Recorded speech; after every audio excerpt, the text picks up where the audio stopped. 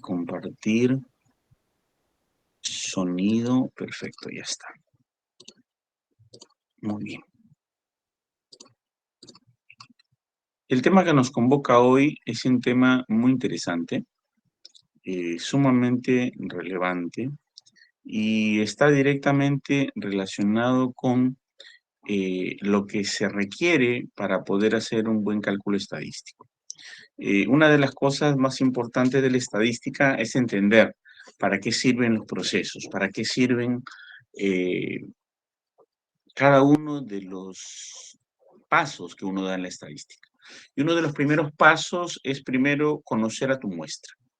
Cuando uno conoce a su muestra, uno tiene que analizar el tipo de variable que va a poder, digamos, caracterizar en su muestra. Primero hay que empezar con el concepto de variable. Algunos dicen, oye, ¿tu muestra es normal o tu muestra no es normal? Un momento, ¿es normal o no es normal? ¿Para qué variable? ¿Es normal respecto a la edad?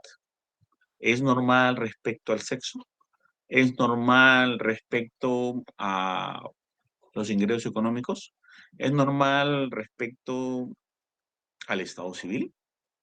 Por ejemplo, si ustedes están en la Facultad de Medicina de San Marcos, van a tener unos compañeros de segunda carrera que tienen 50, 60 años y digamos ellos no van a pertenecer a una distribución normal, van a hacer que la curva de la campana de la normalidad se vaya a la derecha o se vaya a la izquierda.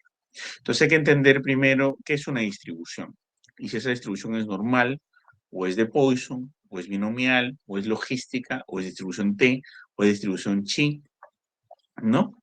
Y de acuerdo a eso, nosotros vamos a tener que conceptualizar la característica fundamental que es la conformación de la caracterización de la muestra. Cuando uno elabora sus resultados de investigación, uno tiene tres componentes.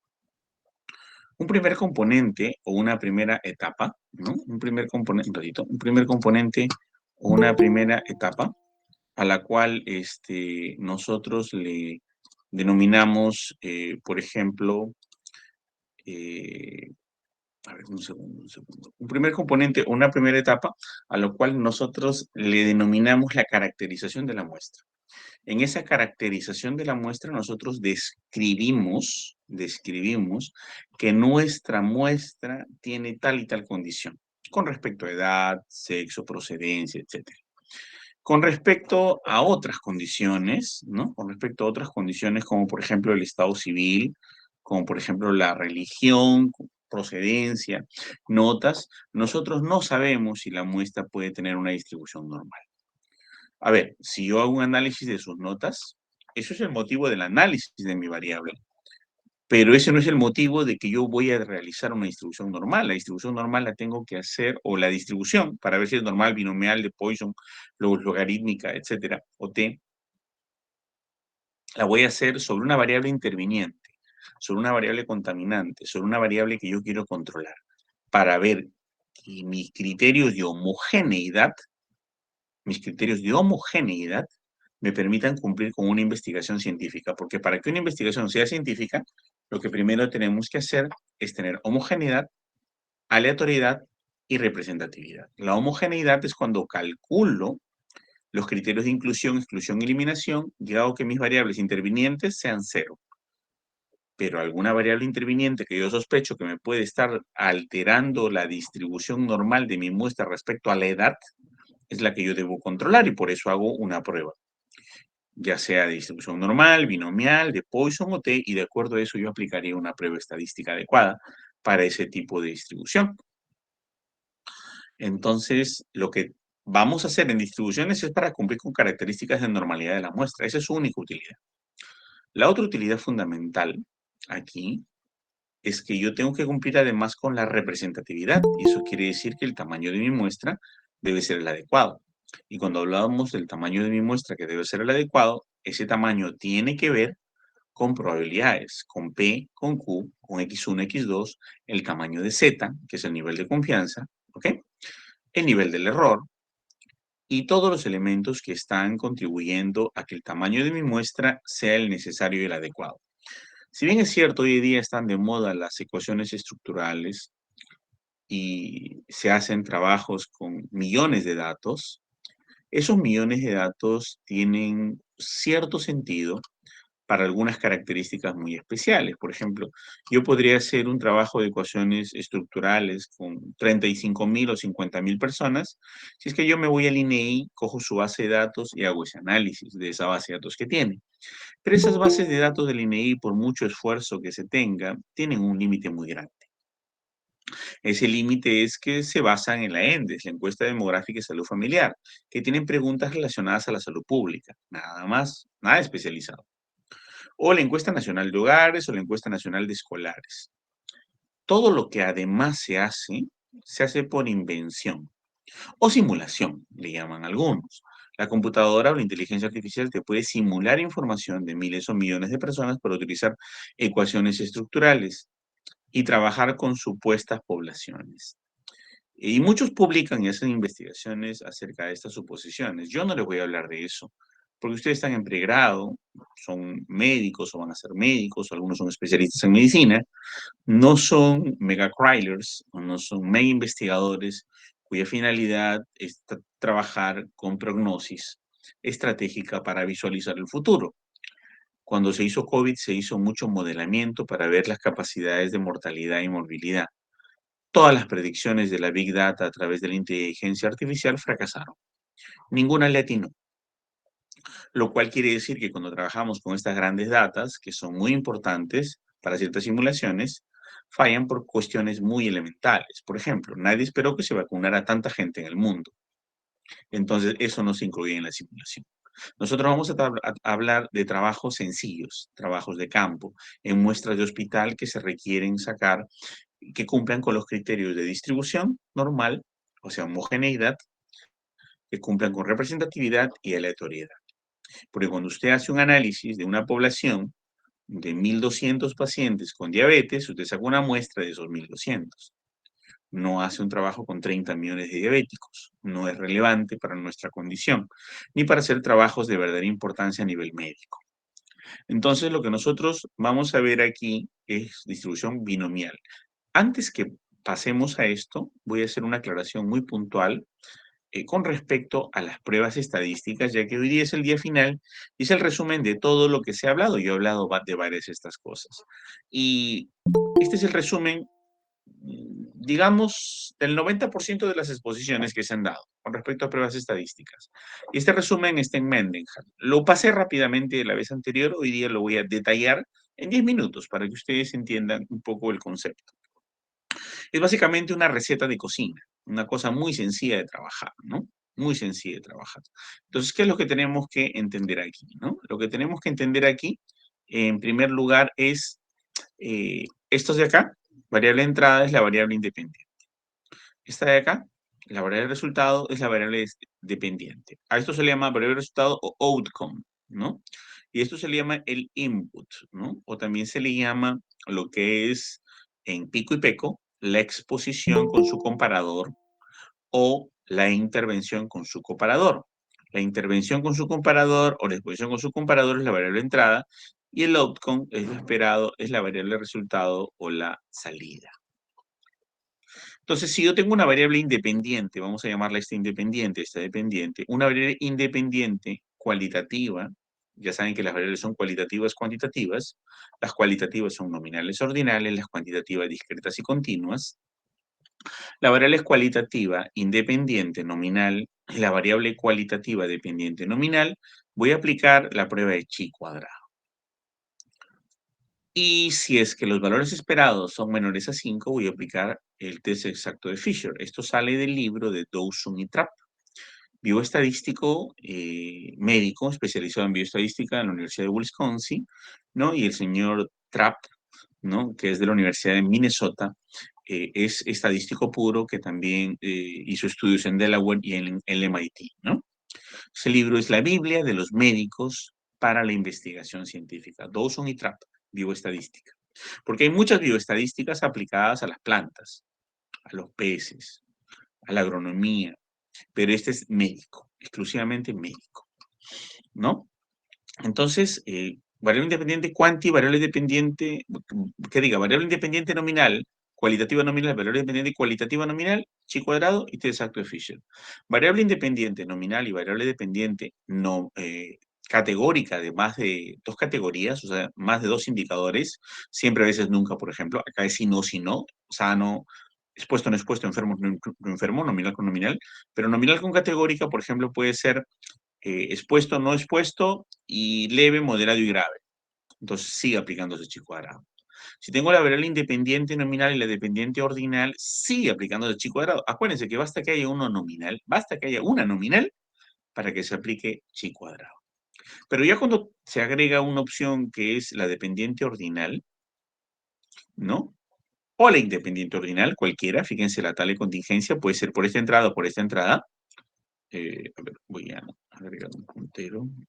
Acá está. Puede ser por esta entrada o puede ser por esta entrada. Entonces, lo que podemos entender aquí, en este concepto, es que ya podemos aplicarle la tendencia o Matt-Whitney, ¿no? La prueba de Matt-Whitney, cuando ya es una nominal con una ordinal. ¿Qué pasa si la variable independiente es nominal y variable dependiente cuantitativa discreta? Definitivamente es Matt-Whitney, porque la variable cuantitativa discreta son números enteros ascendentes que pueden ser el código ascendente de una variable ordinal. Entonces, por eso es equivalente. Si tenemos una variable independiente nominal y una variable dependiente cuantitativa, pero que no cumple con criterios de normalidad, ¿no? Ya se les habla mucho de normalidad, campana de Gauss, hoy día voy a reforzar algo.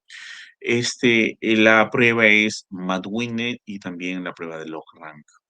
Si la variable independiente es cualitativa nominal y la dependiente cuantitativa normal, se aplica la prueba T-Student. ¿Por qué T-Student?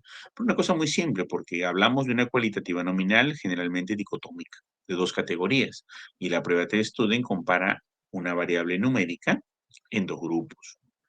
Aquí nos quedamos y bajamos hacia abajo, porque todo el resto va a ser un análisis lógico subsecuente, ¿no? Si nosotros tenemos una variable independiente categórica de más de 2 categorías, o sea, 3 indicadores a más, ajá, ya aplicaremos la prueba de análisis de varianza. T-Student para comparar 2 medias, análisis de varianza para comparar 3 medias. O mejor dicho, una variable numérica en 2 grupos T-Student, una variable numérica en 3 a más grupos ANOVA.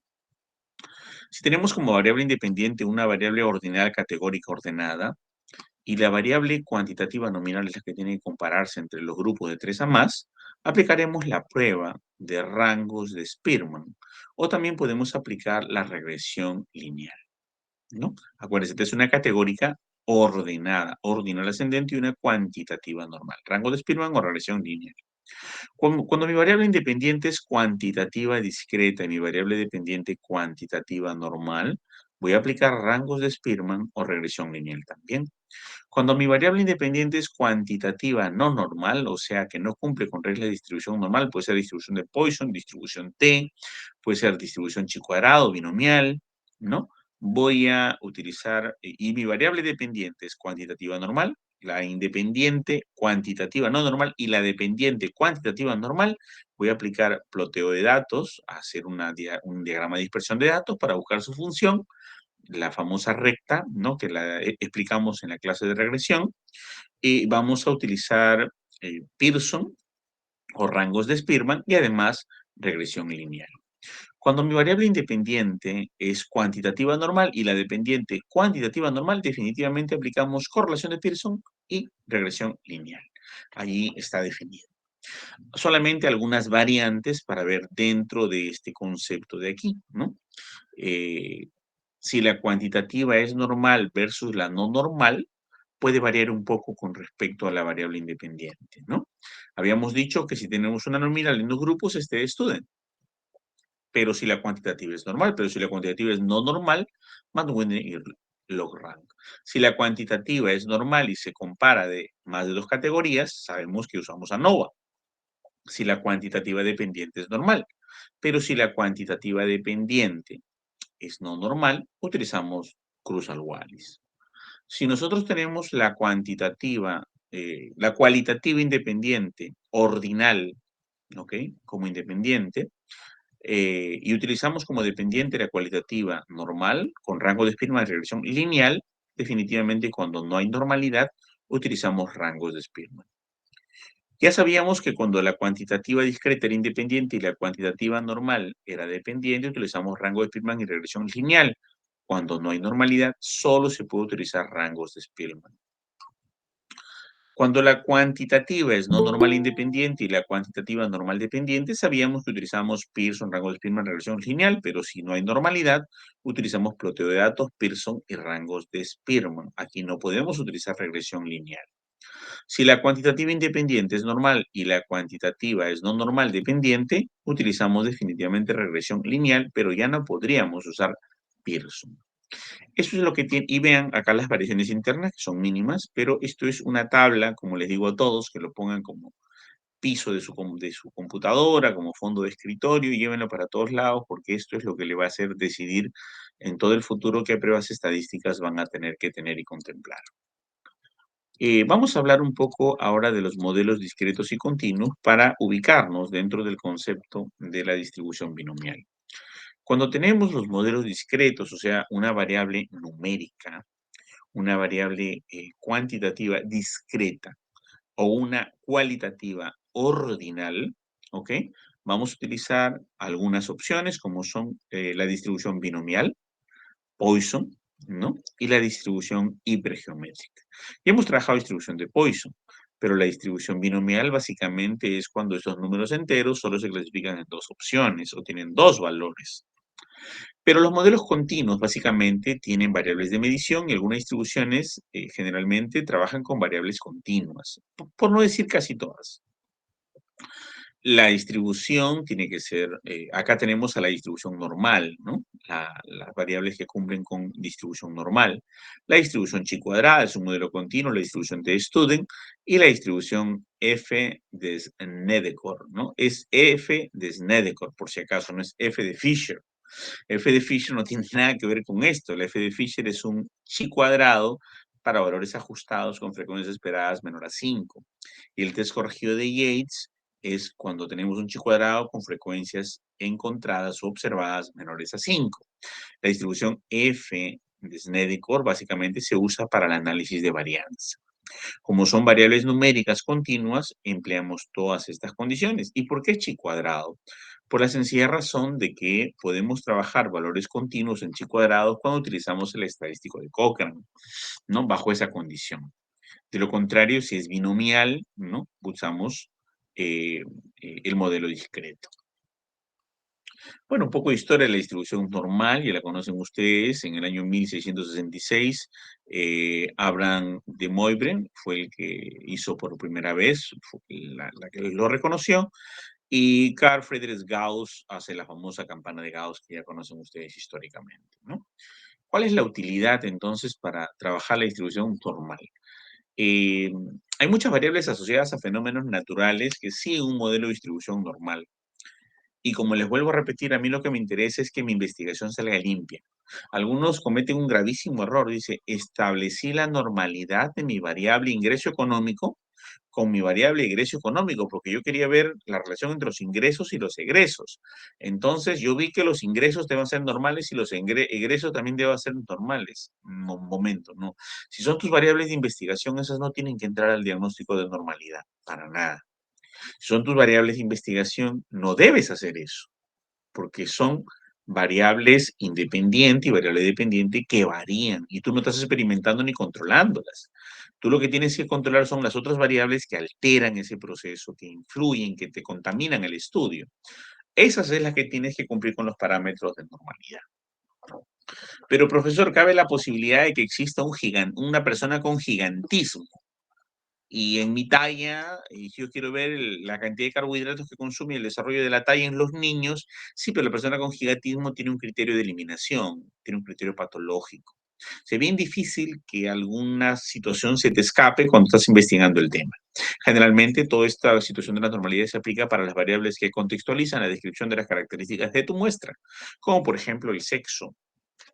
Por ejemplo, si hay 220 mujeres y 4 hombres, no hay distribución normal, binomialmente hablando, ¿no? Si tenemos varias personas de 20 a 26 años con respecto a la distribución de su edad, y hay una persona de 60 que está haciendo segunda profesión, no hay distribución normal, porque esta me va a llevar a una cola derecha, y a un sesgo y a un error. Entonces, eh, se utiliza también para características morfológicas, como personas, animales, plantas, tallas, pesos, diámetro, distancias, perímetros, para ver cuáles son mis criterios de normalidad en mi muestra a estudiarse. También caracteres fisiológicos, ¿no? Dosis de un fármaco, cantidad de un abono, etcétera. Caracteres sociológicos, como por ejemplo, grupo de individuos, puntuaciones de un examen de admisión, cantidad de denuncias. Parapsicológicos, el coeficiente intelectual, por ejemplo, ¿no? Grados de adaptación a un medio, errores cometidos al medir ciertas magnitudes, ¿no? Picos, ato, fento, peto, nano, ato, etc. Valores estadísticos muestrales como la media, varianza y la moda, que tienen que coincidir para que exista una distribución normal, ¿no? Bueno, la función de distribución puede tomar valores desde menos infinito a más infinito. Acuérdense que nunca hace tangente con la línea horizontal del eje X. Y hay más probabilidad para los valores cercanos a la media poblacional, ¿no? Conforme nos separamos de la media poblacional, la probabilidad siempre va decreciendo, de igual forma de izquierda a derecha, y forma una campanita de Gauss, ¿no? Va formando esta formación, como un cerro, como una montaña. Conforme nos separamos de la media poblacional, la probabilidad va decreciendo, dependiendo de la desviación típica, que es diferente a la desviación estándar. La desviación típica acompaña a la media poblacional, la desviación estándar acompaña a la media muestral. Y más o menos para que tengan una idea, ¿no? En una campana de Gauss convencional hay alumnos que son excelentes, hay alumnos que son de bajo rendimiento. Pero la gran mayoría está en el promedio, ¿no? Está entre 12 y 14, 15, ¿no? Entonces hay una gran mayoría que está al centro. Los muy malos están hacia un lado, los muy buenos están hacia el otro lado. Entonces, en una distribución normal tenemos como una montañita simétrica, ¿no? Esta es la función de la distribución normal, ¿no? La función de x es igual a la integral de menos infinito, que me lleva hasta x, multiplicado, ¿no?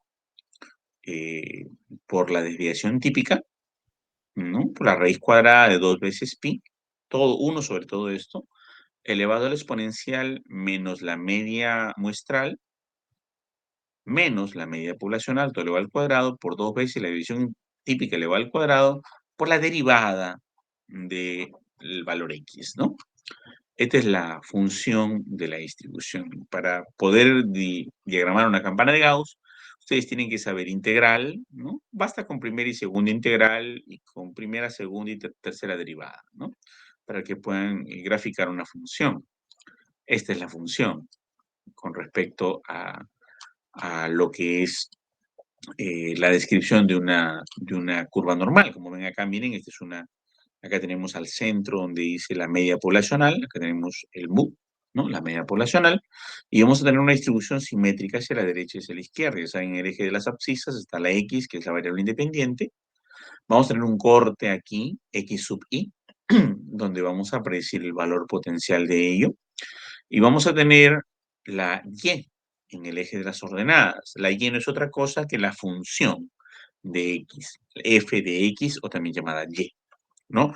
O conjunto de partida X, conjunto de llegada a la Y. ¿Se acuerdan teoría de conjuntos? Bien simple, ¿no? Simplemente, ¿qué es la estadística? No es otra cosa que matemática 3, ¿no? Matemática univariada, matemática, cálculo univariado, cálculo bivariado y multivariado, y luego la 3 es estadística, ¿no? Es ir más allá. Entonces, ¿cuáles son las propiedades? O sea, sin saber matemáticas, no es recomendable que nos metamos a la estadística. Siempre la matemática es fundamental para esto. Por lo menos, a pesar que lo hagamos lo más sencillo posible, es necesaria para entender por lo menos la notación científica, ¿no? Las propiedades de la distribución normal, ¿cuáles son? La forma de la campana de Gauss depende de los parámetros, ¿no? De la media poblacional y la desviación típica, ¿no? Los que pueden designar utilizando el tamaño de la población, que es N mayúscula, ¿no? El tamaño de la muestra es N minúscula. El tamaño de la población, N mayúscula. Media poblacional, mu, ¿no? tiene una única moda que coincide con su media y su mediana. Aquí al centro, al medio, tiene que haber una coincidencia entre media, moda y mediana, ¿no? Y la curva normal es asíntota al eje X, jamás lo choca. Se va hacia el infinito y al menos infinito, más infinito, menos infinito, y nunca logra intersectar o chocar el eje X, ¿no? Es asintótica. Asintótica significa que nunca lo llega a chocar. Entonces, es simétrica porque hacia la derecha y hacia la izquierda es equivalente. Es un espejo con la media, moda y mediana al centro, la distribución que va a la izquierda y a la derecha. Es simétrica con respecto a su media poblacional mu. Según esto, para este tipo de variables existe la probabilidad 50% de encontrar un dato mayor a la media, moda y mediana que coinciden, y también 50% de obtener la probabilidad menor a esto, ¿no? La distribución va entre 0 y 1. En resumen, ¿no? ¿Qué es lo que estamos entendiendo? Podemos concluir que hay una familia de distribuciones con una forma común, diferenciadas por valores de su media y su variable. La división estándar, ¿ok? O la división típica, determina el grado de apuntamiento de la curva. Cuanto mayor es la desviación estándar o la división típica, mayor es dispersión de los datos, o sea, más echadita está la campana, más echadita está la distribución, ¿no? Y se dispersan los datos en torno a la media. Y la curva es más plana. Pero si la división estándar es más pequeña, o la división típica es más pequeña, vamos a tener que está mucho más elevada la montañita. O sea, va a haber mucha mayor elevación, ¿no? La media indica la posición de la campana de Gauss, obviamente, en qué nivel se encuentra. Por ejemplo, si es notas, la media es 14, la media puede ser 15, la media puede ser 12, 13 de nota, ¿no? De modo que para diferentes valores, la media poblacional de la gráfica desplaza a lo largo de un eje horizontal, ¿no? Puede ir hacia la derecha, puede ir hacia la izquierda, dependiendo de los resultados de un estudio. Si voy a un colegio nacional, de repente en secundaria, me imagino que la media poblacional podría estar en 12 de promedio. Si voy a un colegio privado de alto nivel de exigencias o emblemático, de repente la media poblacional va a estar a nivel de 14 o 15. Eso va a variar de acuerdo a mi investigación. De todas ellas, la más utilizada siempre es la distribución normal estándar, es la que nosotros vamos a contemplar. Y para eso introduzo un nuevo término, el término Z.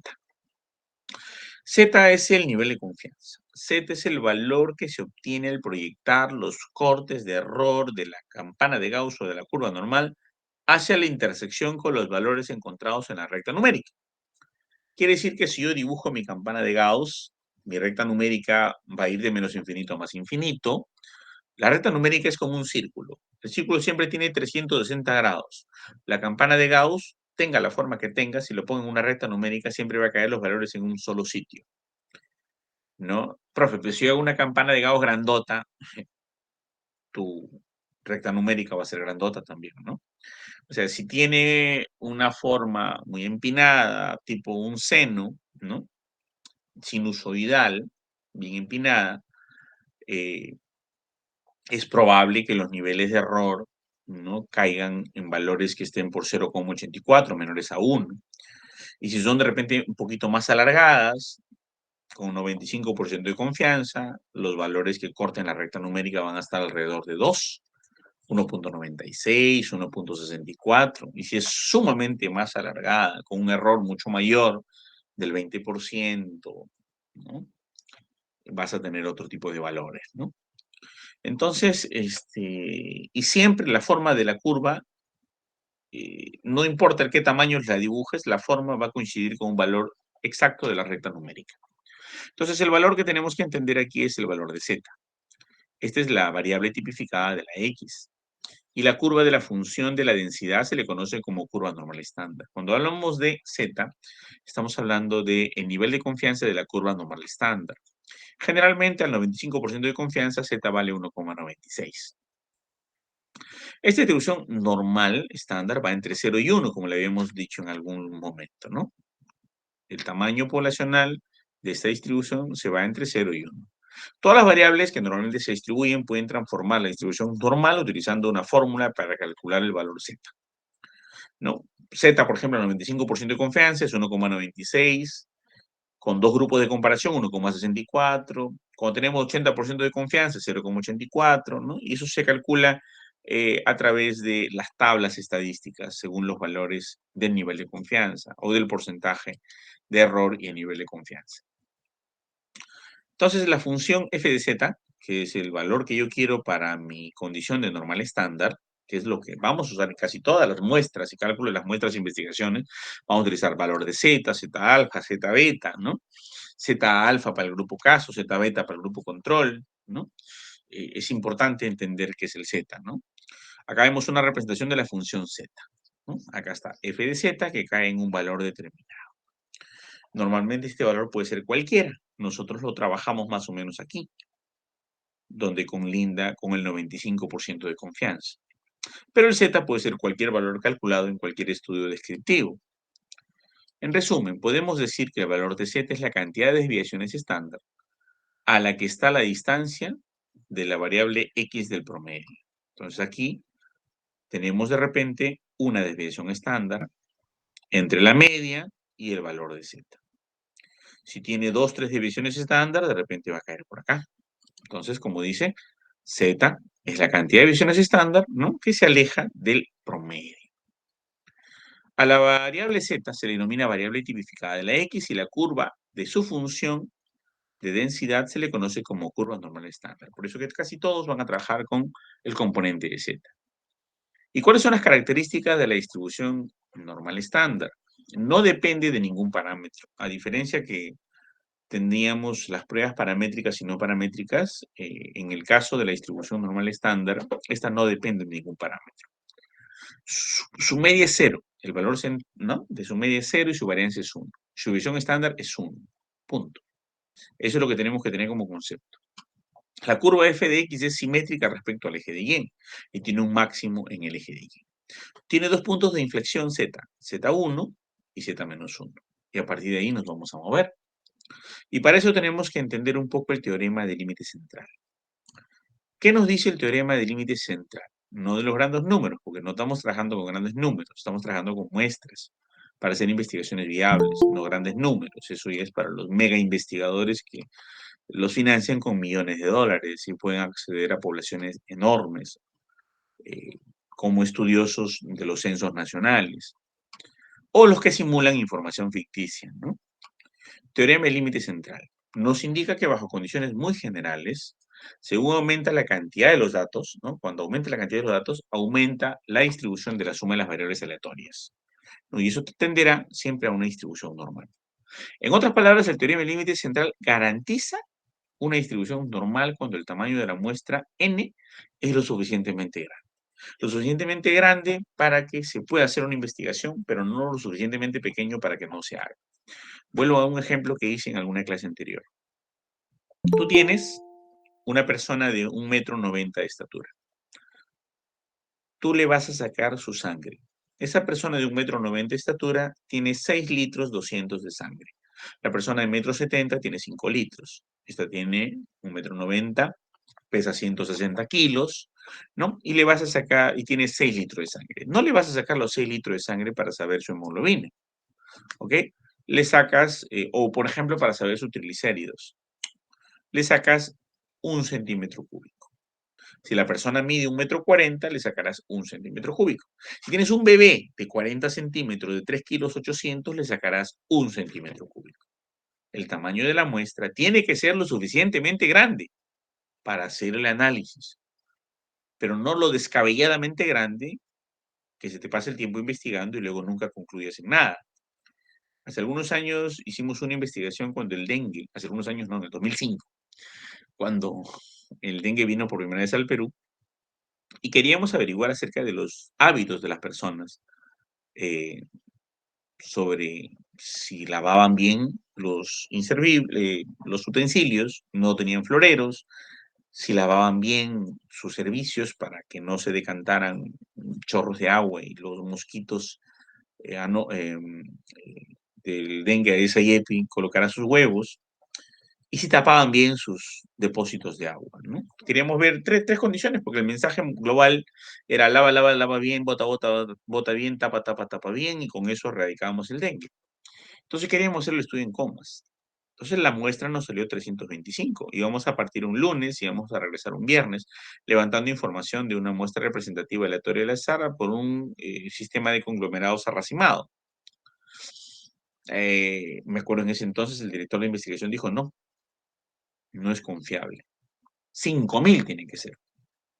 Entonces nos tardamos, lo que iba a durar una semana, nos tardó en recoger la muestra más o menos 4 meses. Estábamos marzo. Abril, mayo, junio, julio. Cuando era julio, estábamos en pleno invierno, congelándonos de frío, salió los resultados y se publicó el trabajo. Curiosamente, no sirvió para nada ese trabajo porque nunca más hubo dengue en Lima, ni en Comas. Son 12 años después que hubo un siguiente episodio de dengue en Comas. Fue descabellado y absurdo trabajar con la totalidad de la población. Para eso están hechas las muestras, para que te agilice la necesidad de tener un hallazgo rápido y tomar decisiones rápidas, hacer investigaciones con resultados concluyentes de forma rápida. No le voy a sacar yo los 6 litros de sangre a la persona que mide 1,90 m para determinar si es anémica o sus triglicéridos. Basta con 1 centímetro cúbico, como el bebé, y no varía. Es un tamaño N suficientemente grande para que cumpla la teoría del límite central. Eso es muy importante que se tenga en cuenta, ¿no? Por ejemplo, acá tenemos, mira, un histograma, podemos observar una distribución de frecuencias por peso de 15 intervalos. Acá tenemos 15 intervalos, ustedes los cuentan. De acuerdo a este teorema, según aumenta la cantidad de los datos, la forma de la campana se hace evidente. Aumentan, aumentan, aumentan, aumentan, ¿no? Y luego disminuyen, disminuyen, disminuyen, disminuyen, ¿no? Entonces es el teorema del límite central. Llega a un límite central en los cuales llega a un máximo y luego viene a reducir su distribución. Y esto sí, sí va a comportarse, va a conformarse sí solo si el tamaño de la muestra es lo suficientemente grande para ser representativa. Estamos hablando de muestras, no de poblaciones enormes, ¿ya? Ni de Big Data. Entonces, si tenemos pues 8 casos, también es insuficiente, ¿no? Una vez me dijo una persona que había hecho un trabajo de liderazgo de enfermería en 7 enfermeras. Y ese liderazgo de enfermería quería ver cómo influía en la productividad de las enfermeras. Y yo le digo, pero ¿cuál es tu muestra? No, yo trabajo con toda la población. Mi trabajo es un censo. ¿Pero cómo va a ser un censo? Si es un censo, porque yo trabajo con las 7 enfermeras trabajadoras y una enfermera que es la que dirige, es la líder. Eso no es un censo, le digo. A ver, déjame calcular tu muestra. Calculamos la muestra y salió 328. Entonces le dije, ¿328 es tu muestra? No, pero yo soy más confiable que la muestra porque yo trabajo con toda la población. No. Para aprobar el liderazgo de la enfermera en la productividad de las enfermeras, tienes que tener 328 enfermeras. Pero entonces, no, sí, 328 enfermeras, solo para medir productividad. ¿Ok? Ahora, para ver relación entre liderazgo y productividad, voy a aplicar un trabajo pareado de casos y controles. Y me sale 171 casos, 171 controles. 171 enfermeras para medir su productividad, donde hay enfermeras líderes, porque el liderazgo tiene que variar. Y 171 enfermeras para medir su productividad, donde las enfermeras no son líderes. Entonces tienes un grupo comparado, donde la productividad va a ser tu variable a medir, pero tienes que tener definida qué enfermera es buena líder y qué enfermera no es líder. Y empezar a ver toda la dirección regional de la DIRES Lima Sur e irte a diferentes centros de salud u hospitales. No, es que mi trabajo es en emergencia, porque yo trabajo en emergencia. Un momento. Tú puedes hacer una investigación donde trabajas, pero tu trabajo no es tu investigación. Tu trabajo no es tu investigación. Es como decir, yo puedo hacer mi investigación en mi casa porque tengo 14 hermanos. Uy, una muestra suficiente. De paso, no salgo nunca, me echo en mi cama, trabajo con mi laptop, veo televisión y tengo toda la facilidad del mundo. La misma lógica de esta enfermera era, yo ese es mi servicio, tengo 7 compañeras, 7 colegas, las entrevisto cuando quiera, yo vengo a trabajar ahí, salgo de ahí, entonces hago mi tesis ahí, hago mi investigación ahí, pero tu investigación la puedes hacer donde trabajas, pero tu trabajo no es tu tesis ni tu investigación. Entonces, esto no es viable, porque la muestra necesaria era 328 y tiene que cumplirse por la ley del teorema del límite central. Entonces, no vas a permitirte una distribución. Y llega un momento en el cual la muestra coincide con la población y llega un momento en el cual la población empieza a ser menor a la muestra. Cuando la población llega a ser menor a la muestra, por cálculo, hay que preocuparnos y hay que ver si el estudio es viable. Y hay que replantearlo quizá. Se somete a evaluación. Área bajo la curva normal estándar. El área bajo la curva normal estándar es útil para asignar las probabilidades de ocurrencia de mi variable X. Y debemos tomar en cuenta que el área total de trabajo bajo la curva es igual a 1, ¿no? Y que por ser una gráfica simétrica, cada mitad tiene 50% de probabilidades. A la izquierda de la media, 50%. A la derecha de la media, 50%. ¿No? Vamos a ver una campana acá, ¿no? Acá está la media. A la derecha de la media, 50%. A la izquierda de la media, 50%, ¿no? Para que no se lo imaginen solamente. Ok, entonces, ¿cómo determinamos el área bajo la curva normal estándar? Vamos a tener que determinar qué área tenemos. Bueno, además de hacer nuestras derivadas y nuestras integrales, que ya no es necesario porque la computadora lo hace todo, tenemos que tener pasos, ¿no? El paso 1 es interpretar gráficamente el área de interés, ¿no? La integral, ¿no? Del valor que habíamos visto, ¿se acuerdan? ¿No? Tenemos que hacer esto, ¿no? La integral de menos infinito hasta x multiplicado por 1 por la media poblacional por la división por la raíz cuadrada de 2pi elevado a la potencia, a la exponencial, menos la media muestral, menos la media poblacional, todo al cuadrado sobre 2 veces la desviación típica poblacional por la derivada de x, ¿no? Entonces, esa es el área que tenemos que calcular, ¿no? Y esa área que tenemos que calcular está aquí, ¿no? Interpretar gráficamente el área de interés. Pero eso ya lo hace la computadora, ¿no? No necesitamos hacerlo nosotros a mano. Cuando no había computadora, cuando no había SPSS, Stata, Minitab, RStudio, ¿no? Era hacerlo a mano, ¿no? Ahora no necesitamos. Luego determinamos el valor de Z, ¿no? Su nivel de confianza, 1.96, 0.84, y eso sale de proyectar el valor, ¿no? A la recta numérica. Este es el punto en el cual choca con la recta numérica que tenemos que calcularlo, ¿no? Que es el valor de Z. Paso 3, buscar en la tabla de probabilidades, ¿no? Una tablita estadística que tienen todos los libros de estadística para ver los valores de Z con sus grados de libertad pertinentes. Y el paso 4, hacer una suma o resta de las áreas para encontrar una probabilidad deseada, ¿no? O sea, restamos y encontramos el área de la probabilidad deseada, o esta de acá, o esta de acá, de acuerdo a lo que queramos, ¿no? Entonces, supongamos que sabemos que el peso del llenado de un producto sigue una distribución normal, con aproximadamente 14.20 libras, ¿no? Esto es con una media de 140 libras y una división estándar de 20 libras. O sea, más o menos tiene 14.20, ¿no? Entonces, con la probabilidad del llenado que tenga un peso menor o igual a 150 libras, vamos a tener el punto de corte acá, 150, ¿no? El paso 1, interpretar gráficamente el área de interés. Toda la probabilidad que sea por debajo de 150. Gráficamente decimos que A equivale a 150. El área de la curva que nos interesa es todo lo que está por debajo de 150. O sea, la probabilidad P tiene un nivel de confianza menor o igual a A, menor o igual a 150. Y viendo esto, me voy a ir a la distribución de las tablas y voy a ver el nivel de confianza que corresponda a ello para determinar el valor, ¿no? Pero para eso tengo que hacer mis cálculos primero. Determinamos el paso 2, ya terminé por acá con mis derivadas, con mi integral o mi computadora, ¿no? Ya hice esta área. Ahora vamos a determinar el valor de Z. Z, ¿qué sería, no? La media muestral menos la media poblacional sobre la desviación típica, o también llamada desviación estándar poblacional. 150, ¿no? La media poblacional, menos 140, que es la media muestral, sobre la desviación típica, 20, igual a 0,5. Paso 3, buscar en la tabla de probabilidades, que ya les comenté que están en todos los libros de estadística, pero esto cuando ya aplican el SPSS, el STAT, el Minitab, ¿no? Sale automático. Buscamos en la tabla el valor Z50 y obtenemos que equivale al área de 0,6915, ¿no? Hay que comprobar, ¿no? Esto.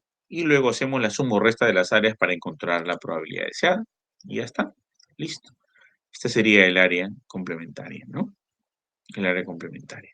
1 menos P, ¿no? ¿Qué sería esto de acá? Muy bien. Vamos a ver ahora un poquito de lo que es distribución binomial para entender un poco el otro concepto que va más allá de las medias, ¿no? La distribución binomial eh, tiene una característica muy interesante. Trabaja el éxito y el fracaso, lo positivo y lo negativo, lo verdadero y lo falso. El éxito es la probabilidad de éxito de P. Por ejemplo, das un medicamento con la probabilidad que se cure un paciente o que no. Y fracaso es Q, que vendría a ser 1 menos P. Ustedes saben que toda la probabilidad se basa en 1. Imagínense el 100%. 100% es la probabilidad máxima que equivale a 1. P es la probabilidad de ocurrencia de un hecho. Digamos, a ver, la probabilidad de que te baje la fiebre en 4 horas del paracetamol es del 75%, eso sería P. Q sería el complemento, 1 menos P. 100 menos 75% sería 25%. En ese caso, P sería 0,75 y Q sería 0,25. Muy fácil. La mayoría se enreda en la estadística y en la matemática porque no sé, a veces tratan de asustar o complicar a las personas, pero esto es bien fácil, ¿no? Solo hay que tomar el tiempo para poder detallarlo. Entonces acá tenemos un componente que es el VAX, ¿no? Que a la traducción en español es el número de éxitos en n repeticiones independientes del suceso. Los posibles valores del VAX, ¿no? Va a ser 1, 2, 3, 4, hasta n. ¿Cuáles son los parámetros, ¿no? De la distribución binomial, el tamaño de la muestra y la probabilidad de ocurrencia del hecho. N es tamaño de muestra y P la probabilidad de ocurrencia del hecho, que es la que está aquí. La probabilidad, por ejemplo, la probabilidad de morir con COVID, 5%. ¿No? P sería 5 o 0,05 y Q sería 0,95, por ejemplo. Característica, el experimento se realiza con un número fijo de pruebas. Las probabilidades tanto de éxito como de fracaso son constantes. La ocurrencia de los sucesos son independientes. Entonces, la distribución binomial, básicamente, lo que tiene que hacer es la prueba de un experimento que son posibles solo dos resultados, el éxito o el fracaso. El resultado obtenido de cada prueba es independiente de los resultados obtenidos de pruebas anteriores.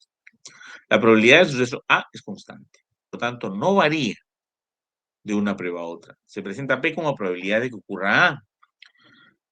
Y Q es el complemento, 1 menos P, ¿no? Entonces, la variable X representa el número de éxitos obtenidos en n pruebas y se denomina variable aleatoria binomial. Por eso que la distribución binomial que vamos a hacer ahorita en el SPSS, se van a dar cuenta que tiene solo dos posibilidades, lo que está por encima del 50% y lo que está por debajo del 50%, ¿no? Los parámetros, ¿no? N y la probabilidad del suceso, ¿no? N, número de pruebas realizadas, la muestra, ¿no? Y P, la probabilidad del éxito, ¿no? Aquí está. N por Q, ¿no? N, P y Q. La varianza sería N por P y por Q. La media o la esperanza matemática es N por P, tamaño de las repeticiones por la probabilidad de ocurrencia del hecho. Y la desviación poblacional o desviación estándar sería la raíz cuadrada de la multiplicación de N por la probabilidad de la ocurrencia del hecho por su complemento. Y así podemos hacer cualquier ejercicio. Por ejemplo, acá vamos a ver si hay un incidente a la presencia de una enfermedad. El acontecimiento define una variable X que puede asumir solo dos valores, ¿no? Enfermo y sano. Enfermo es éxito, A, y sano es fracaso, ¿no? La probabilidad de ocurrencia de una enfermedad. Como yo lo quiero ver, si yo un medicamento, va a ser al revés, ¿no? Pero acá la prevalencia de una enfermedad. Por ejemplo, ahorita que está viniendo la influencia H5N9, ¿no? Este es el espacio muestral. Entonces, de ese espacio muestral van a haber enfermos y van a haber sanos.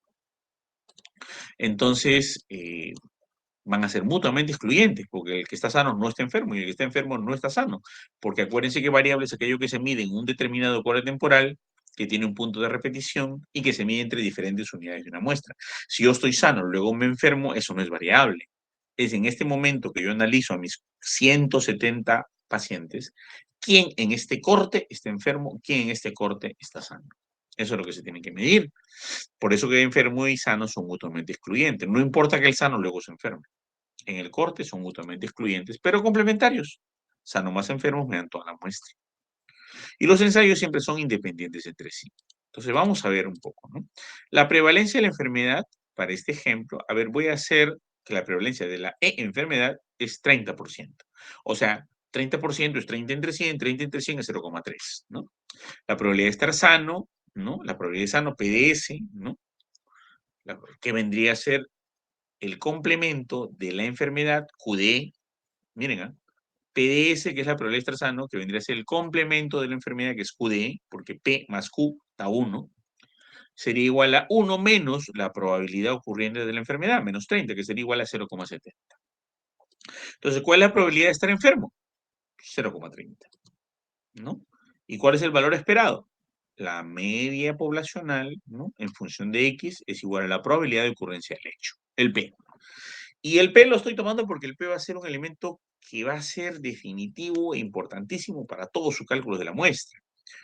El P y la Z son elementos que van a tener que usarlo siempre, pero si no lo entienden o no lo conceptualizan o no lo tienen aquí, no hay forma de que nos sirvan, ¿no? Entonces, ¿cómo trabajamos una distribución binomial? Mire, facilísimo, ¿no? Facilísimo. Vamos a utilizar factoriales, pero los factoriales son bien fáciles de trabajar, ¿no? Pero siempre aprendan esto. La estadística es fácil, ¿ya?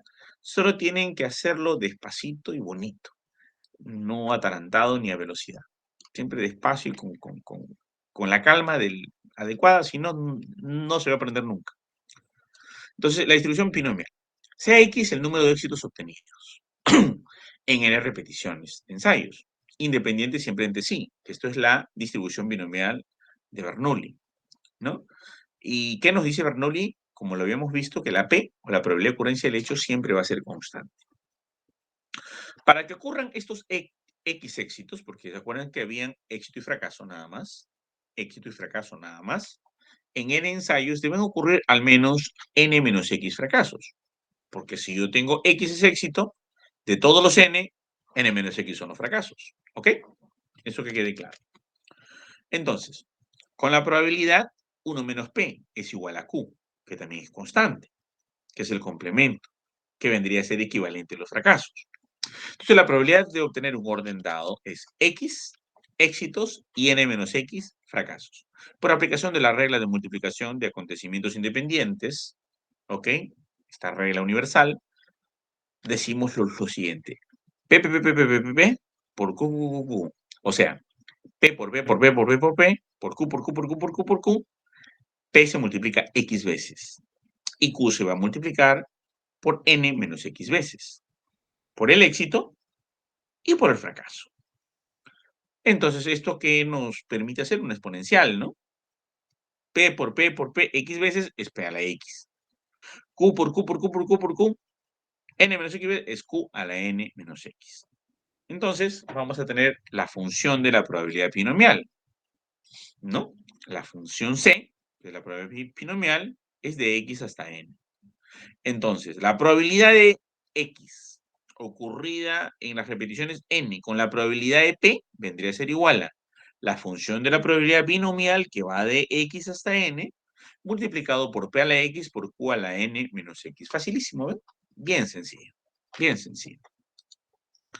Entonces, si la prevalencia de una enfermedad, ¿no? Por ejemplo, hacemos siempre con manzanitas acá, ¿no?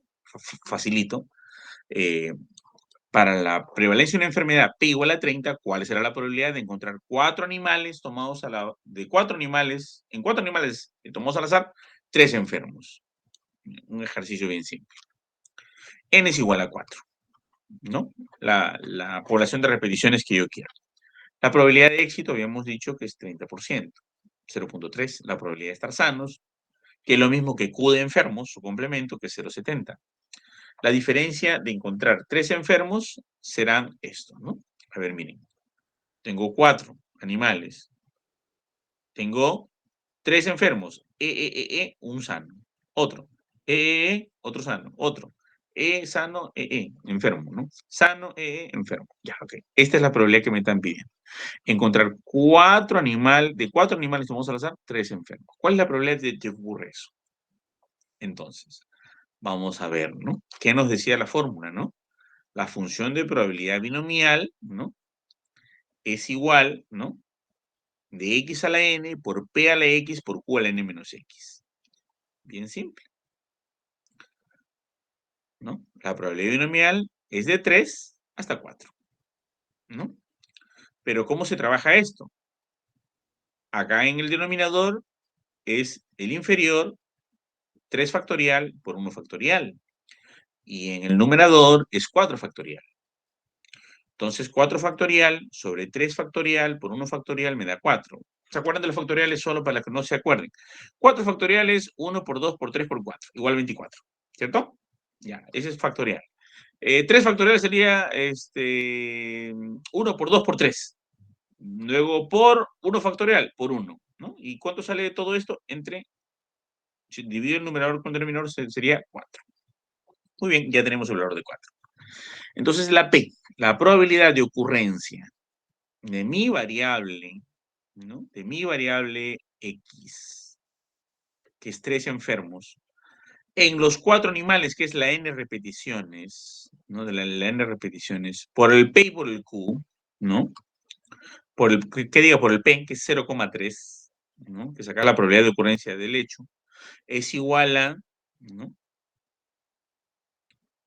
C de 3 a la 4 por 0,3 elevado al cubo por 0,7 elevado a la 4 menos 3. Esto me da 0,0756, que es la probabilidad de tener de 4 animales tomados, la probabilidad de que 3 se encuentren enfermos. Si ustedes multiplican esto por 100, me daría que la probabilidad de encontrar de 4 animales tomados al azar 3 enfermos es del 7,56%. Y así se calcula esto. ¿Ok? Entonces, esta es la probabilidad binomial. La probabilidad binomial.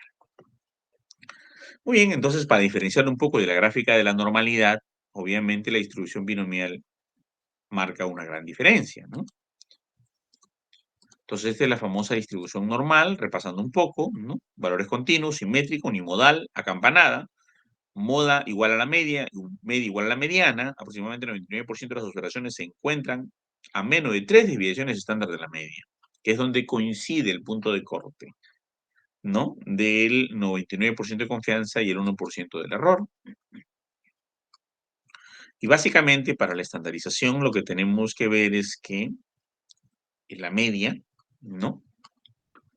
Es equivalente al tamaño de la población por la media muestral, ¿no? Y la desviación típica al cuadrado.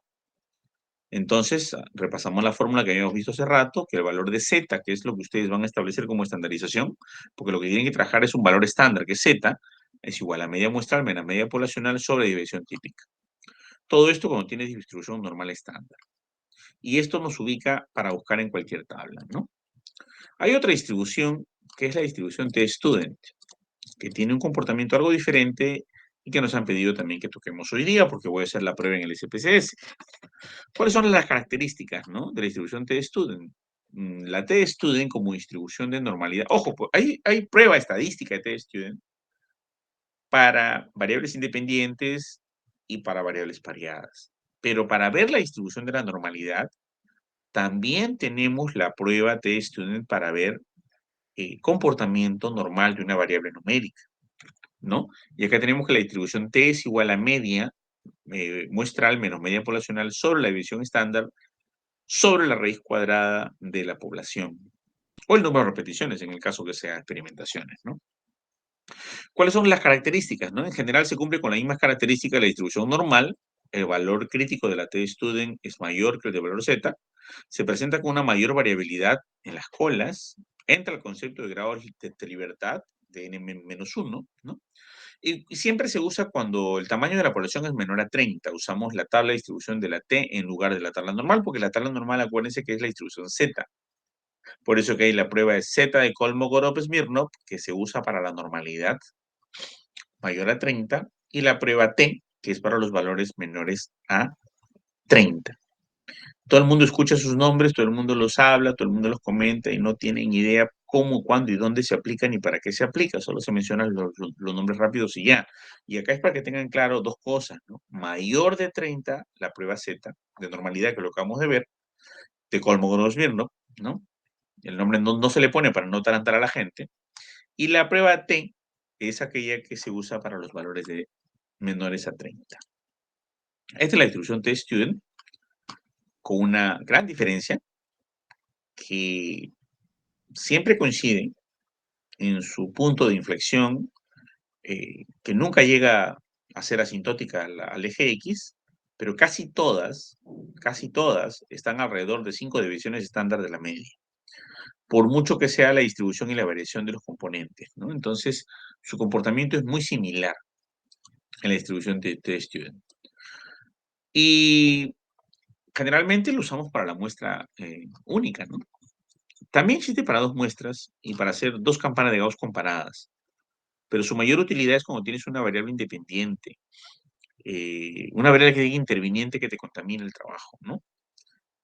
Y que está utilizándose en una unidad menor a 30 de muestra. Entonces se evalúa la hipótesis nula de la media de la población estudiada de un valor especificado, se hace uso de este estadístico, ¿no? Donde la T-Student, como hemos visto, es la media muestral menos la media poblacional sobre la desviación estándar sobre la raíz cuadrada del tamaño de la muestra. O el tamaño de las repeticiones en caso que sea un experimento. Bueno, la definición ya la hemos explicado y hemos visto la distribución T. Acá están algunas de las propiedades que son muy similares a sus comportamientos y siempre hay una equidistancia, no hay un alargamiento y un aplanamiento enorme como si lo hay en la prueba Z. La prueba Z tuvo un aplanamiento que no coincide en los puntos de inflexión, ¿no? No coinciden, ¿no? Siempre se puede aplanar hasta más y menos infinito, ¿no? Acá no. Tiene un punto no mayor a 5 divisiones estándar de la media, ¿no? Bueno, los grados de libertad también ya lo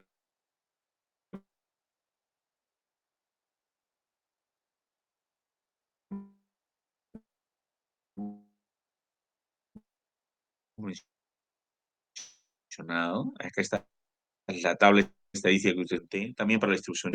Que sí nos toca ahorita.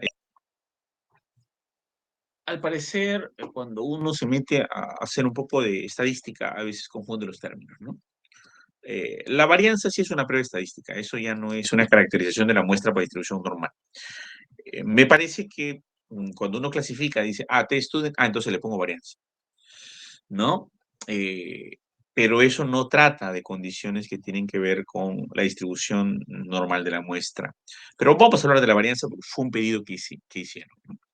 Entonces, esto se usa básicamente para comparar una media en tres a más grupos. En tres a más grupos. Lo que hemos visto en todas las situaciones anteriores son distribuciones de caracterización de la muestra de variables numéricas o variables de naturaleza binomiales, donde se parte el 50% de probabilidad hacia arriba o hacia abajo. ¿Ok? Sobre un hecho que ocurre o que no ocurre, o probabilidad de éxito o fracaso. Entonces, cuando hablamos del análisis de varianza, y hablamos básicamente de un análisis, una comparación de una media de tres a más grupos. Y acá sí estamos hablando de una prueba estadística, ya no estamos hablando de una caracterización de distribución normal. Ya cuando nosotros comparamos un medicamento, cuánta temperatura bajó paracetamol, por ejemplo, cuánta temperatura redujo en la fiebre del COVID el acetaminofén y cuánta temperatura redujo en el COVID el metamizol. Comparamos tres antipiréticos para ver la reducción en tiempos promedios para reducción de la temperatura. Entonces ya casi comparo medias. Esto ya no estoy hablando de caracterización de la muestra como si anteriormente lo he visto. Aunque ahorita voy a retomar con las fórmulas. Pero han pedido esto. Entonces acá tenemos dos cosas, ¿no? Acá tenemos el nivel observado y acá tenemos un nivel esperado. Cuando uno observa una media, siempre espera un nivel esperado y siempre encuentra un valor que observas. O sea, hay dos condiciones, lo que esperas y lo que observas. Y básicamente el análisis de varianza, ANOVA o ANAVA, como le quieran llamar, se usa para variables cuantitativas continuas.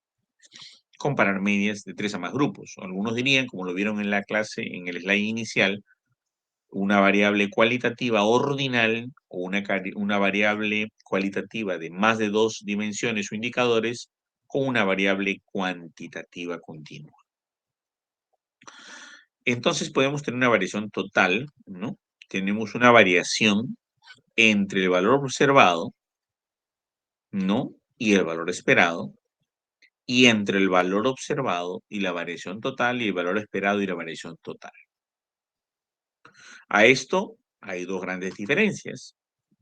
Cuando hablamos de la variación entre grupos, es la variación que existe entre el valor esperado y el valor encontrado. Cuando hablamos de la variación intragrupos, vemos la distancia que hay entre el valor esperado, ¿ok? Y la variación total. Esa es la variación intragrupo. Este es intergrupos. Intergrupos cuando yo comparo la variación esperada con la observada, y la intragrupos cuando yo observo la variación esperada con la variación total. Entonces, esas dos variaciones, intragrupos y entre grupos, son las que me determinan un análisis de varianza que me hace una magia extraordinaria. Si yo retiro la prueba de T-Student para el análisis muestral, yo aplico la T-Student para la comparación de medias, que es muy diferente a lo que acabamos de ver, yo lo que podría tener es que yo comparo una media de un valor con otra media de otro valor. Por ejemplo, una dieta produce una pérdida de peso, otra dieta produce una pérdida de peso, y voy a comparar dos dietas. Ahí aplico T-Student como análisis estadístico, no como caracterización de la muestra. Entonces, esta prueba de T-Student me va a comparar dos medias. Pero, ¿qué pasa si yo tengo tres valores, tres dietas? La dieta A, la dieta B, la dieta C. Entonces, aplicaría T-Student entre la A y la B, T-Student entre la B y la C, y T-Student entre la A y la C. ¿Y qué pasa si yo tengo 5 dietas? Uy, compararía A con B, B con C, C con D, D con A con E, A con D, A con B, y un zafarrancho. Haría un montón de pruebas de T-Student para ver cuál es mejor entre esta y esta, entre esta y esta. Entonces, para eso surgió el análisis de varianza. Para que me agilice el problema y tenga dos mágicas situaciones: la comparación de las variaciones intragrupos y la variación de comparaciones entre grupos. Y así el análisis de varianza determina la variación entre el promedio de los niveles, si es mayor de lo que lo razonablemente podría esperarse en la variación dentro de cada nivel. La señal entre los promedios es mayor que el ruido dentro de los niveles, es la pregunta. Y de esta forma, en el análisis de varianza, me permito yo hacer la comparación extraordinaria, ¿no?, entre las situaciones de desplazamiento de la variación de la hipótesis, ¿no? Entonces, es muy importante darnos cuenta aquí que aquí en un solo corrido me permite hacer todo lo que haría con múltiples corridos en la T-Student como comparación de medias. Tenemos la variación total, la variación entre grupos, la variación dentro de cada grupo, ¿no? Y la NOVA se calcula más o menos según una razón de la media entre grupos sobre la media dentro de los grupos. Y luego hacemos una sumatoria de cuadrados, ¿no? La suma de cuadrados, ¿no?, es una medición de la variación, ¿no?, que es la mean sum of squares, que es la sumatoria de cuadrados. Esta sumatoria de cuadrados es la que me va a permitir a mí tener una conclusión pertinente en mi análisis de varianza. Por eso que he resumido aquí, ¿no?, en esta diapositiva, ¿qué problemas hay con las comparaciones múltiples usando las pruebas T? Tendría que ser uno a uno, ¿no? Si tuviéramos que hacer comparaciones sucesivas en la T-Student, repito, no para muestra, sino para comparación de medias, ¿no?, es que veíamos hacer soluciones comparativas de prueba T-Student de dos muestras. Y nos encontramos con problemas básicos, ¿no? Tendremos que hacer 10 comparaciones por separado para probar cada par. A con B, B con C, C con D, D con E, y así, ¿no? Y, por ejemplo, si todos los costos fueran iguales, el riesgo de llegar a una conclusión incorrecta de un promedio diferente fuera, bueno, ok. Entonces quiere decir que si hago 10 pruebas sucesivas tendría múltiples valores. Pero si aplico un análisis de varianza, me sale automáticamente cuál es la media de cada uno y cuál es la diferencia significativa entre todo el modelo, ¿no? El análisis de varianza nos permite efectuar 10 comparaciones o más incluso, ¿no?, de una sola vez con un alto grado de precisión. Terminología del análisis de varianza, ¿no? La F es factor, ¿no? Una variable independiente en un experimento estadístico, ¿no? O establecido para un factor. Esa es lo que sale un ratito, la F.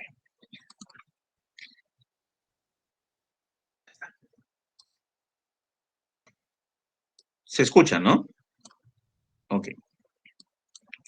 F es una variable independiente en un experimento estadístico. N, o el nivel o el tratamiento es el valor discreto establecido por un factor, ¿no?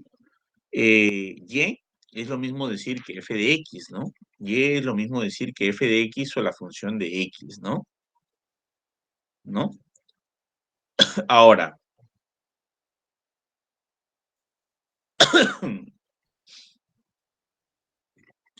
en la f de x tenemos la variable x, que es la causa, el factor, y la variable y, que es el efecto.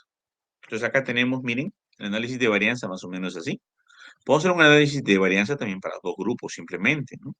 Tenemos 40, 40, 150, 150. El factor X tiene solo dos niveles, 40 y 150. Aquí podríamos aplicar tranquilamente test student o podríamos aplicar análisis de varianza, tranquilamente. Pero hay que tener en cuenta, para entender el concepto, que es datos balanceados y no balanceados.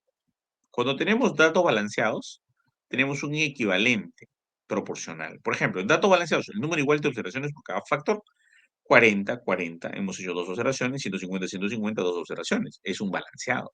Y no balanceado cuando es desigual con respecto a las observaciones del factor. Por ejemplo, que tenemos 1 de 40 y 3 de 150. Y la y o el efecto, la función de la x, va a verse en relación al factor, pero el factor prácticamente es desigual, ¿no? Eso se llama no balanceado. El factor x tiene dos niveles de 40 y 50, ¿no? Pero en el caso que existen tres valores de y, para un nivel de 150 y solo un valor para el nivel de 40. Ahí nos tenemos enfrentando una constante con y a una variable con el valor de 150, que diga con X, y una constante para un valor de 40. Y eso nos daría sesgos. ¿Cuándo usa el análisis de varianza? ¿No? ANOVA de una vía. Cuando hay un factor X, ocurre en más de dos niveles, tratamientos de una variable dependiente y es continua, ¿no? ANOVA balanceada para factores múltiples, dos o más, representados en múltiples niveles de una variable dependiente continua y determina tanto y contribuye cada factor de variación total en la respuesta. En Minitab se puede aplicar hasta máximo 9 factores. En SPSS yo he llegado a aplicar hasta 21 factores.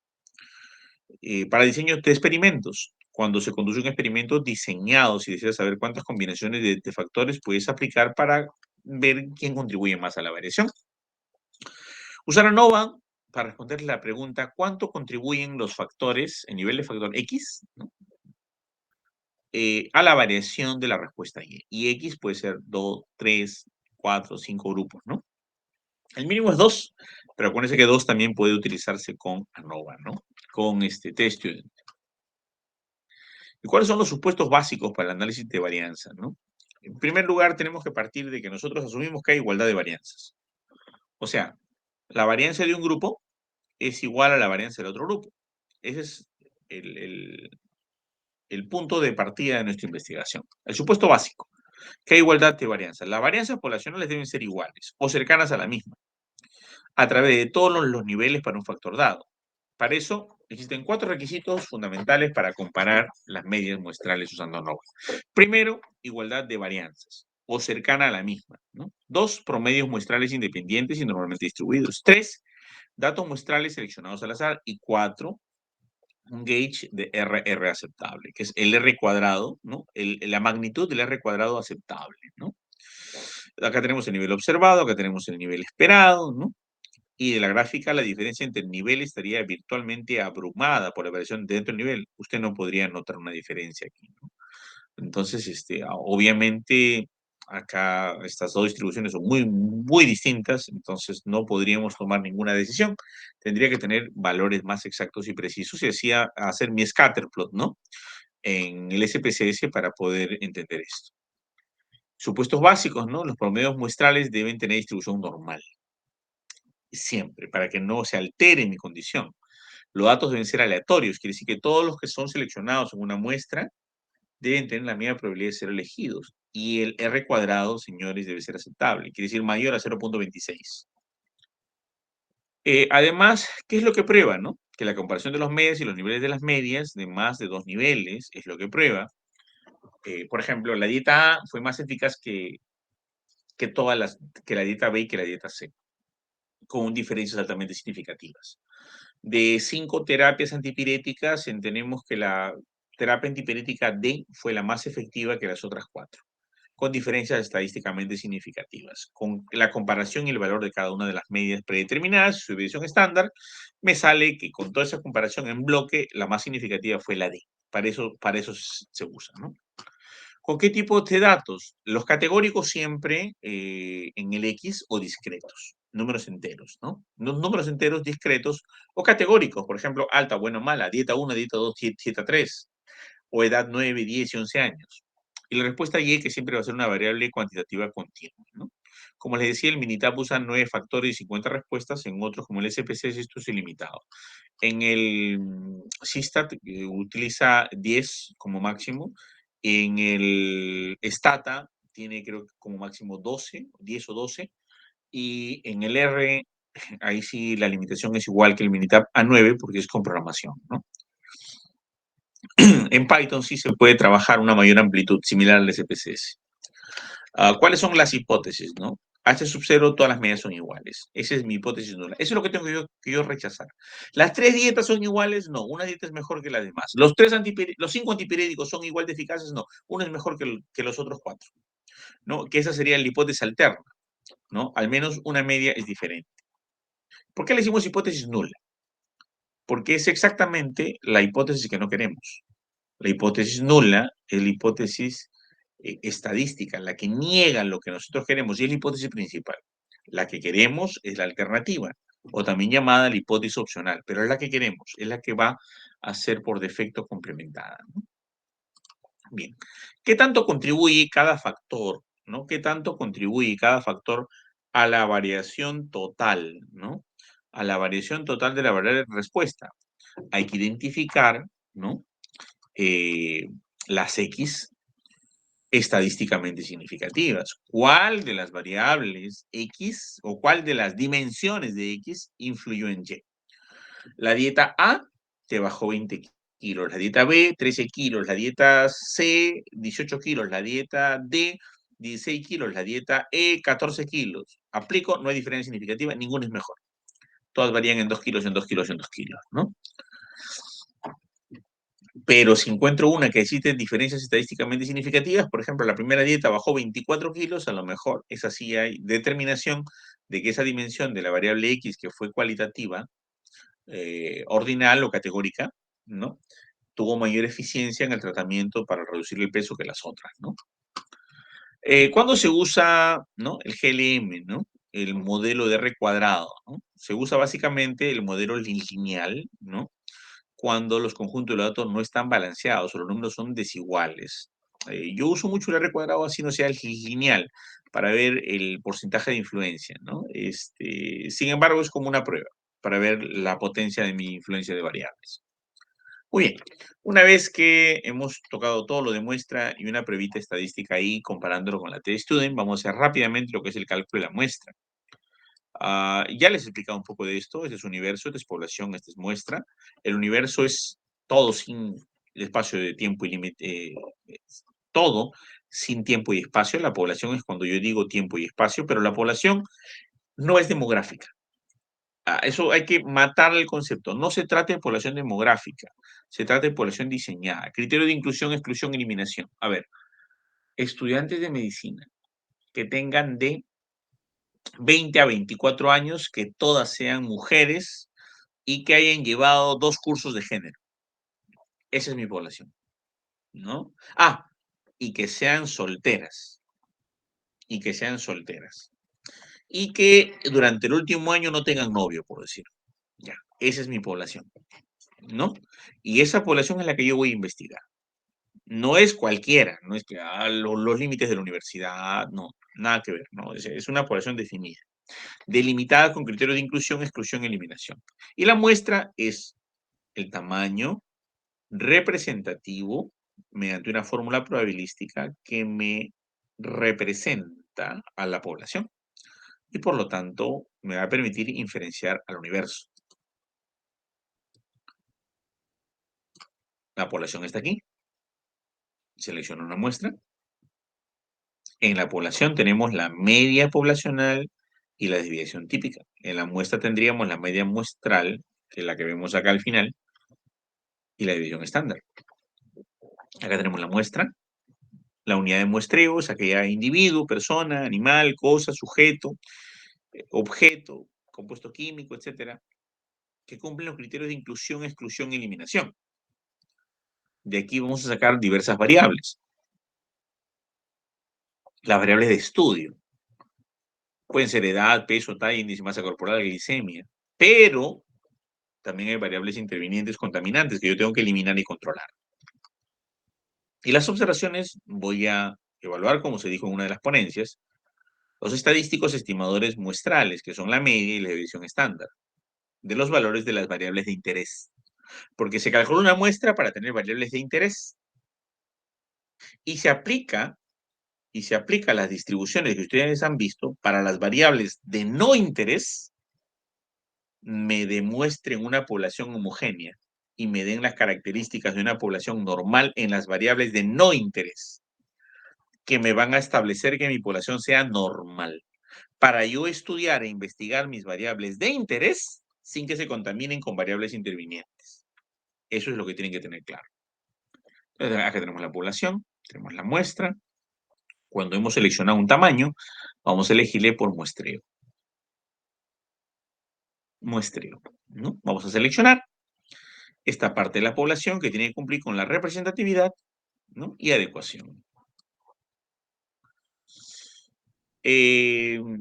¿Por qué no se estudia, la población completa? Y esto no lo he preparado hoy, esto tiene años. Viene de Cochrane, Mendenhall, Pearson, Yates. Porque tenemos la naturaleza destructiva de algunas pruebas, ¿no?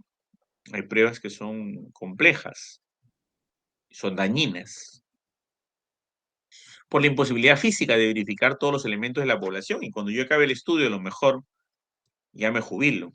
No va a haber la posibilidad de hacer una investigación con grandes números, salvo que sean inventados, ¿no? O en modelamiento, o sea, ministro de salud y esté haciendo mi tesis doctoral y ponga a todo el Perú y a todos los investigadores a hacer investigación por mí, ¿no? O tenga una autorización para entrar a la Big Data del Estado, ¿no? Que una vez yo tuve la oportunidad de hacer un estudio donde me dieron toda la base de datos de salud.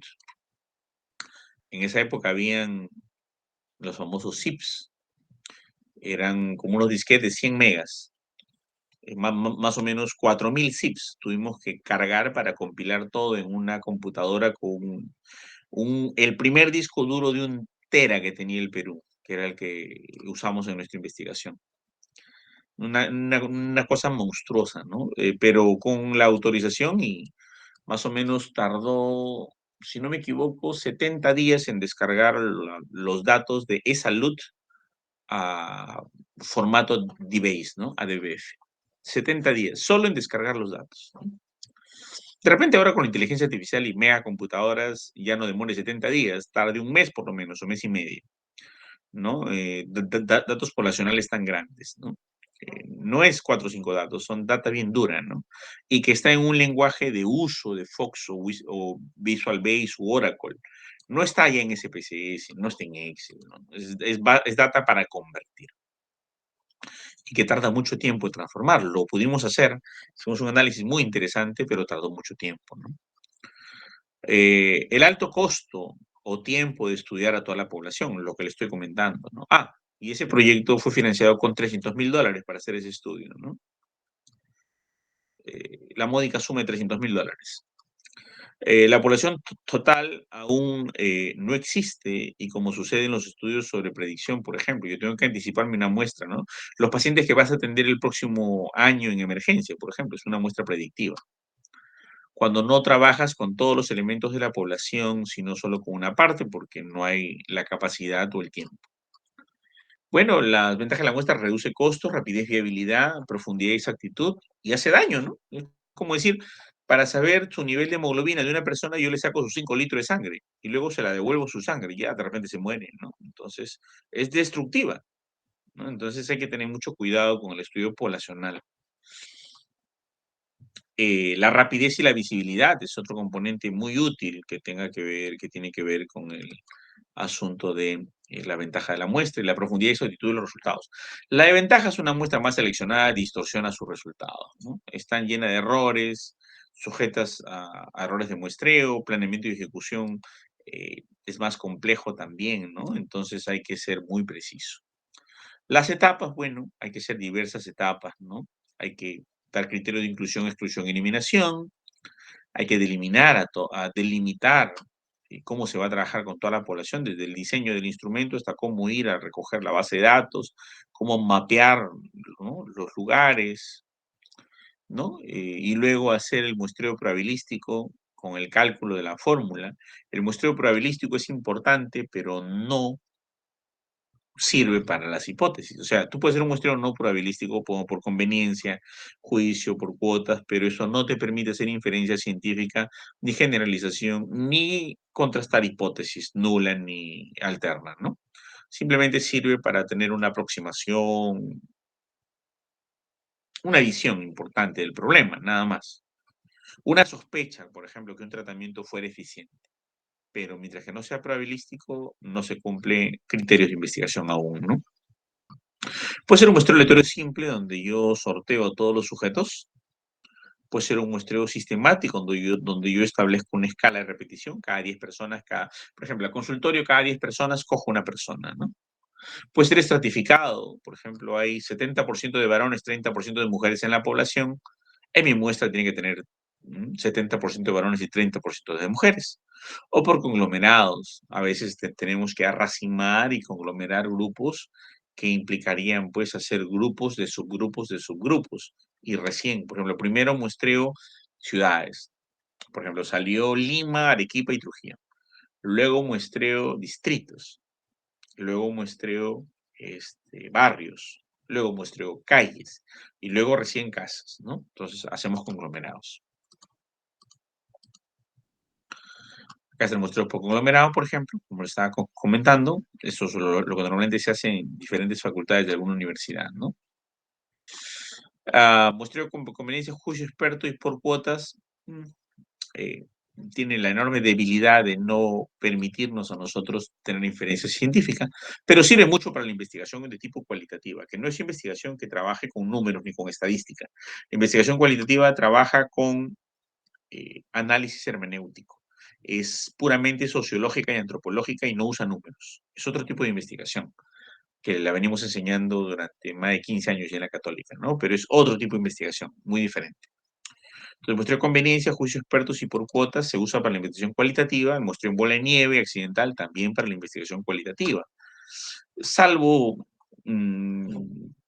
una droga experimental donde la gente podría morirse y quiero voluntarios, podríamos establecer con inferencias aún no claras un tipo de investigación causal o accidental, ¿no?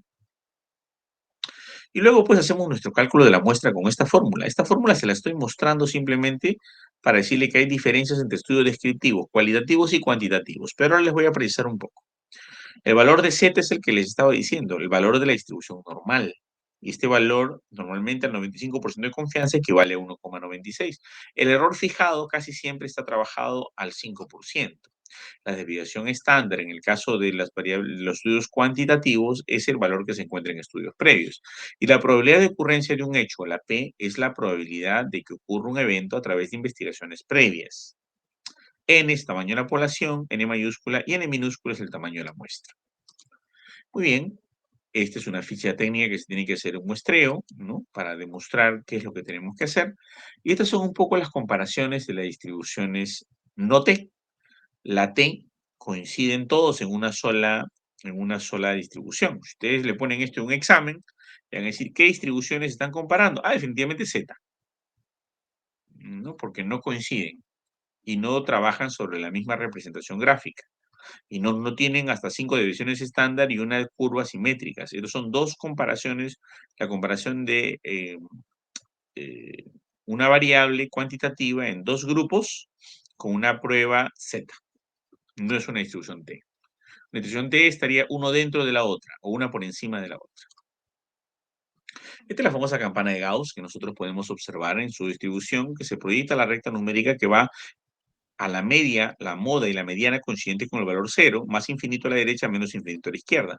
Al 95% de confianza cae en el punto de la recta numérica equivalente a 1.96.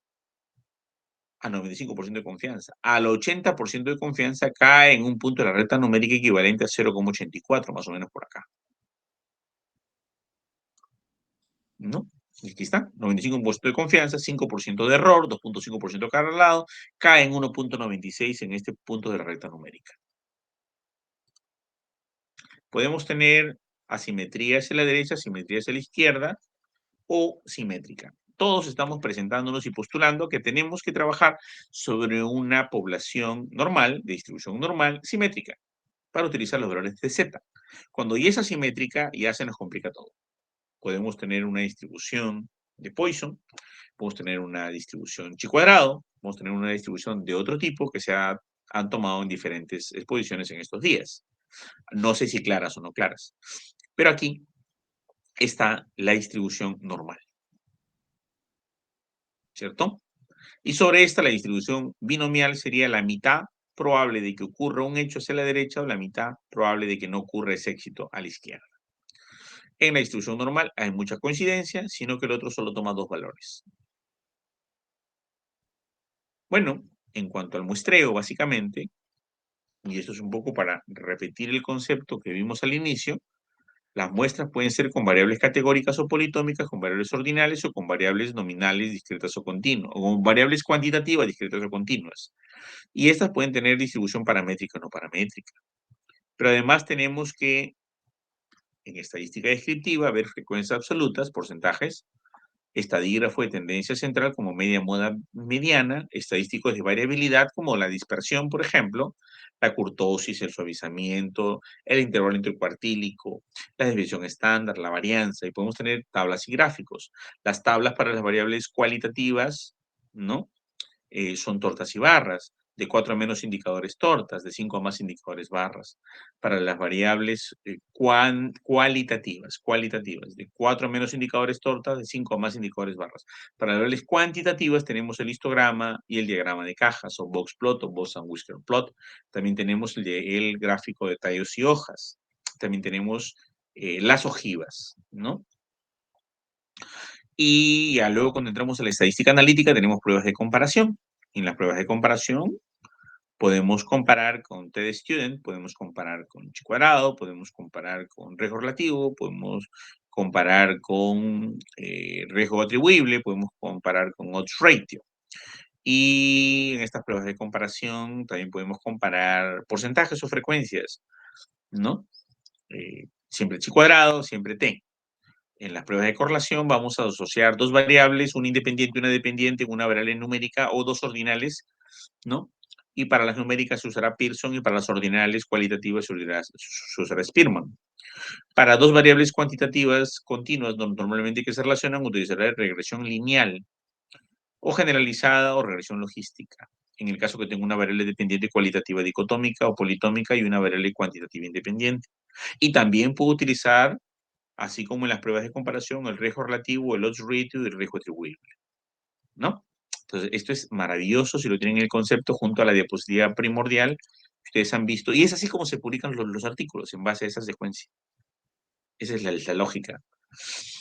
Y bueno, rápidamente, solamente para mostrarles las pruebas estadísticas, el cálculo de la muestra cuando tengo una variable cuantitativa continua, y es un trabajo descriptivo, una variable cuantitativa en general, z cuadrado igual a 1.96 sobre rho al cuadrado igual a 0,05 por la división estándar encontrada en algún estudio, ¿no? Este es para cuando hago un estudio descriptivo de una variable cuantitativa. Cuando hago un estudio descriptivo de una variable cualitativa, como por ejemplo, no sé, pues prevalencia de dengue, Z cuadrado igual a 1.96, que es el valor estándar del 95% de confianza, error al cuadrado 0,05 o 5% al cuadrado, por B por Q. P es la ocurrencia, ya saben ustedes, Q es 1 menos P, de la literatura que me dice la probabilidad de existencia de una variable, ¿no? Cuando yo tengo estudios explicativos o experimentales, yo tengo, por ejemplo, aquí, si tengo las variables cuantitativas que van a analizarse, yo tengo Z alfa más Z beta al cuadrado por 2 veces la división estándar al cuadrado sobre la diferencia de medias al cuadrado. Z alfa es igual a 1.96, que es la probabilidad de mi grupo caso. Z beta es 0,84, que es la probabilidad de mi grupo control. Pero, profe, Z beta es 1,96, sí, porque pertenece al 95% de confianza. Z beta es 0,84, sí, porque pertenece al 80% de confianza del grupo control.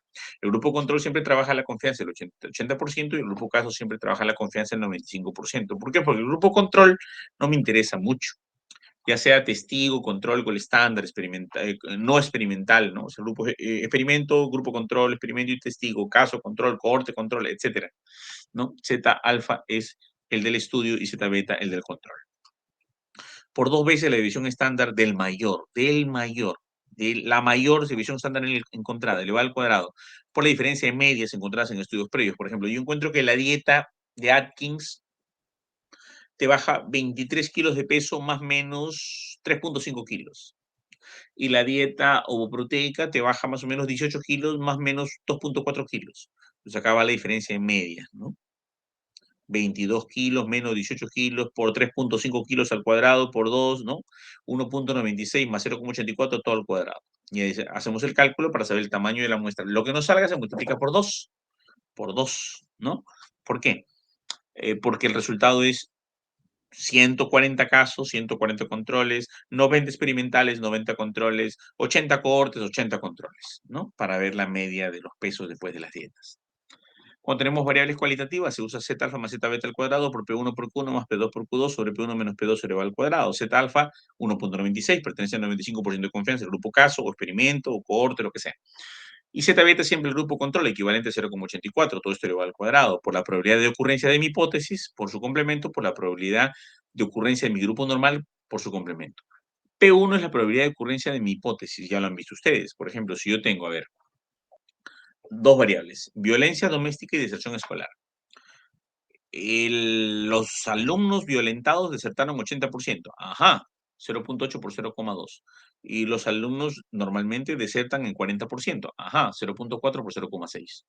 Muy bien, hizo valores de reemplazo y listo. Pero ¿dónde los encuentro? En estudios e investigaciones previas. No salen de la mente. Ya hemos visto los tipos de muestreo. Este es el ajuste muestral, ¿no? Que es la muestra final es igual al cálculo de la muestra inicial sobre 1 más la muestra calculada sobre el tamaño de la población. Y bueno, vamos a hacer ahorita rápidamente, en menos de 5 minutos, ejercicios en vivo, ¿no? Acá tenemos un SPSS. Como les digo, yo trato de hacer el trabajo en SPSS más que en otro porque es rápido. Y voy a hacer, pues, estadísticas de normalidad. Entonces, me voy aquí rápidamente. Pruebas no paramétricas, cuadro de diálogos antiguos, y me voy a ver la distribución de chi cuadrado, la distribución binomial, la distribución de rachas y la distribución de Kolmogorov-Smirnov para una muestra. Un chi cuadrado. A ver. La distribución de chi cuadrado, por ejemplo, para este que dice acá, las personas confían en usted. No, a ver. Algo un poquito más interesante. A ver, esta de acá. Las personas que viven con usted, si vive con su pareja ya. Esta es la pregunta 9. Vamos a ver acá. 9A, 9B, 9C. 9A, ahí está. Muy bien, vamos a hacer la prueba de chi cuadrado. ¿Qué nos dice la prueba de chi cuadrado para ver la distribución normal? Para ver la distribución normal. Dice acá el chi cuadrado. Muy simple, ¿no? Dice, para que mi distribución sea normal, no tiene que haber diferencias estadísticamente significativas en esa variable interviniente que me molesta, me incomoda, me fastidia. Entonces yo digo, dice, las personas que viven en su casa, en la media vivienda, son, ¿no? Está con su pareja, por ejemplo. Hay 19 que viven con su pareja, 13 que no viven por su pareja. Esa es la frecuencia encontrada. la frecuencia observada. La frecuencia esperada son 16. ¿No? Porque lo que hace chi cuadrado es bien facilito, ¿no? Saca 13 más 19, 32. Entre 2, 16. Ahí está. 16 es lo esperado, 16 es lo esperado. Para que de 13 sea 16, le debo 3. Para que 19 le dé 16, le sumo 3. O le resto 3, mejor dicho. Y ya está. Entonces, habrá diferencia estadísticamente significativa. Si hay diferencia estadísticamente significativa en este estudio, que haya parejas en su casa es un contaminante, un factor que destruye nuestra investigación. Es una variable interviniente que nos arruina el trabajo. No tiene que haber diferencia estadística. Entonces, chi cuadrado sale 1,125 y el P, la significancia asintótica bilateral, es mayor de 0,05. No hay diferencia significativa. Excelente, respiro, me salvé. Esta variable no es interviniente.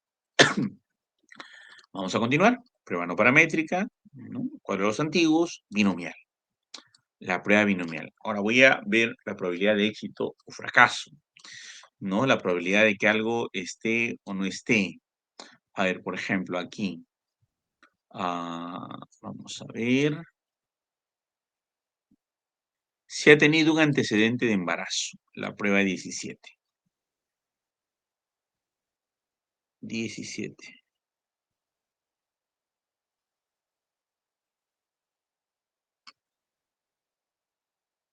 Ajá. Si ha tenido un antecedente de embarazo, la prueba 17. Muy bien. Y voy a hacer la prueba binomial. ¿Y qué nos va a decir? Binomial nos dice que de la media, 50% a la derecha, 50% a la izquierda.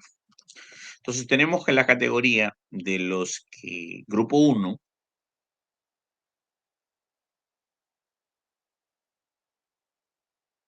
los que no, entonces dice, ya está. Los que no han tenido antecedentes de embarazo son 30. Y los que se han tenido antecedentes de embarazo son 2. Habíamos dicho que la media se corta a la mitad, 50% para arriba, 50% para abajo. Entonces la prueba, la propiedad de la prueba binomial nos dice que es 0,50 el punto de corte y que las proporciones encontradas tienen que ser lo más cercanas a 0,50 para que esta variable no sea interviniente y no me demuestre una distribución anormal y me demuestre que es una población normal. Entonces me sale acá que 0,94 está en 30 y 0,06 está en 2. Y eso está muy alejado de 0,50. Por lo tanto, 0,94 dista de 0,50, 0,06 dista de 0,50, con un valor de P de significancia menor de 0,0001. Altísimamente significativo. Por lo tanto, esta variable, el hecho de que haya tenido antecedente de embarazo, me contamina mi resultado, me hace que mi población sea anormal, que tenga una distribución binomial atípica para esta condición. Vamos a continuar con pruebas de normalidad. Prueba no paramétrica. Ahora vamos con rachas. Quiero ver una variable cuantitativa que me establezca si mi población es normal. La edad, vamos a ver. Puedo introducir la edad aquí. Puedo hacer el análisis de la mediana. Puedo hacer el análisis de la media. Puedo hacer el análisis de la moda. O personalizado. A ver, voy a analizar media, mediana y moda. Vamos a ver aquí. Para la mediana, ¿no? Tenemos que el valor es de 32 años. Y la prueba de la racha se utiliza el estadístico de Z, ¿ya? Menor al valor de la prueba 15, mayor o igual al valor de la prueba 16, cantidad total 31, número de rachas corridas 17, la Z 0,06 y la significancia 0,995. O sea, no hay diferencia estadísticamente significativa. Por lo tanto, la edad es homogénea. Y yo puedo sacar conclusiones de este estudio sin mayor problema. Ahora vamos a hacer el estadístico de Kolmogorov-Smirnov. ¿No?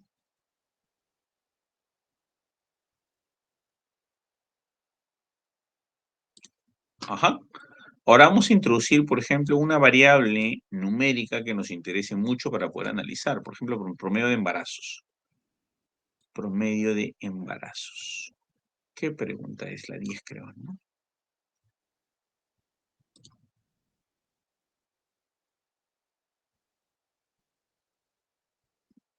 Su primer embarazo, ¿a qué edad fue? Su primer embarazo, ¿a qué edad fue? Es la pregunta 11. Ya está. voy a ver si la distribución es normal y cumple con las características de Kolmogorov-Smirnov, o si tiene una distribución de Poisson, o si tiene una distribución exponencial, o si tiene una distribución uniforme. Entonces voy a trabajar normalidad. Vamos a ver cómo nos va. ¿No? Tenemos que los parámetros normales, la media es 22,9, la división estándar 2,8, ¿no? Los valores positivos 0,245, negativo menos 0,13. El valor absoluto, ¿no? De las máximas diferencias extremas son de 0,24. El estadístico de prueba 0,24 y la significancia 0,00000000. Hay diferencias altamente significativas con respecto a la prueba de Kolmogorov-Smirnov de la variable estudiada, que es la edad del primer embarazo. Por lo tanto, la muestra no es homogénea con respecto a estos valores, ¿no? Y rápidamente hacemos una t-student con un chi cuadrado para que no se queden con las ganas y hemos visto rápidamente cómo se ha mostrado aquí. Acuérdense que la t-student compara una media en 2 grupos, la ANOVA compara una media de 3 a más grupos. Vamos a analizar, comparar medias y acá tenemos t de student para muestras independientes. Voy a ver, por ejemplo, el antecedente de hijos, ¿no? Que es esta de acá. Ha tenido un antecedente que es la 17.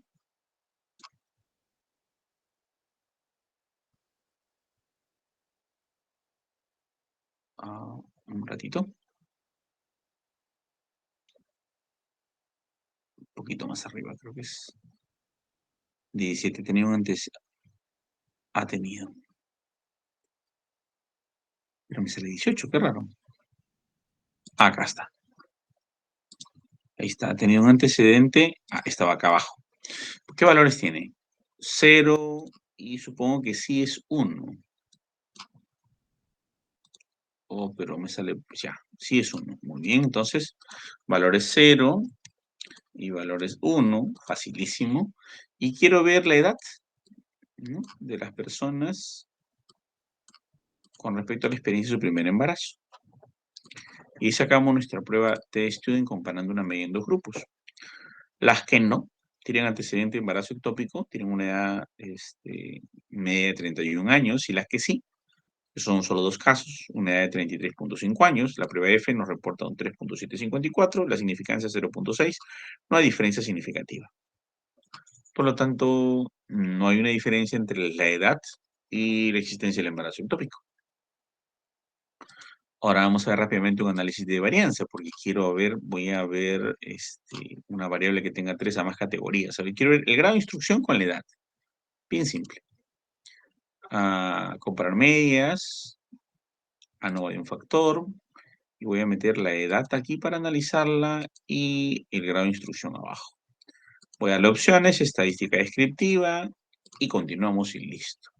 Habíamos dicho entonces que el análisis de varianza compara una media de 3 a más grupos. Los que tienen secundaria tienen una promedio de 28, los que tienen superior técnica 31, superior universitaria 33,8 años, lo cual nos da una prueba de valor de F igual a 1,126 y una significancia mayor de 0,05, lo cual quiere decir que no existe diferencia significativa entre los grupos entre las edades de cada uno de los grados de instrucción en el estudio dado. Muy bien, señores, eso es básicamente lo que nosotros hemos trabajado, y la idea es básicamente compartirles a ustedes este conocimiento, ¿no? Este pequeño conocimiento acerca del tema de la distribución normal y del cálculo de la muestra. Muy bien, ¿alguna pregunta hasta aquí? No sé si tengo tiempo todavía. Son 22,32. ¿Alguna pregunta? ¿Todo está claro?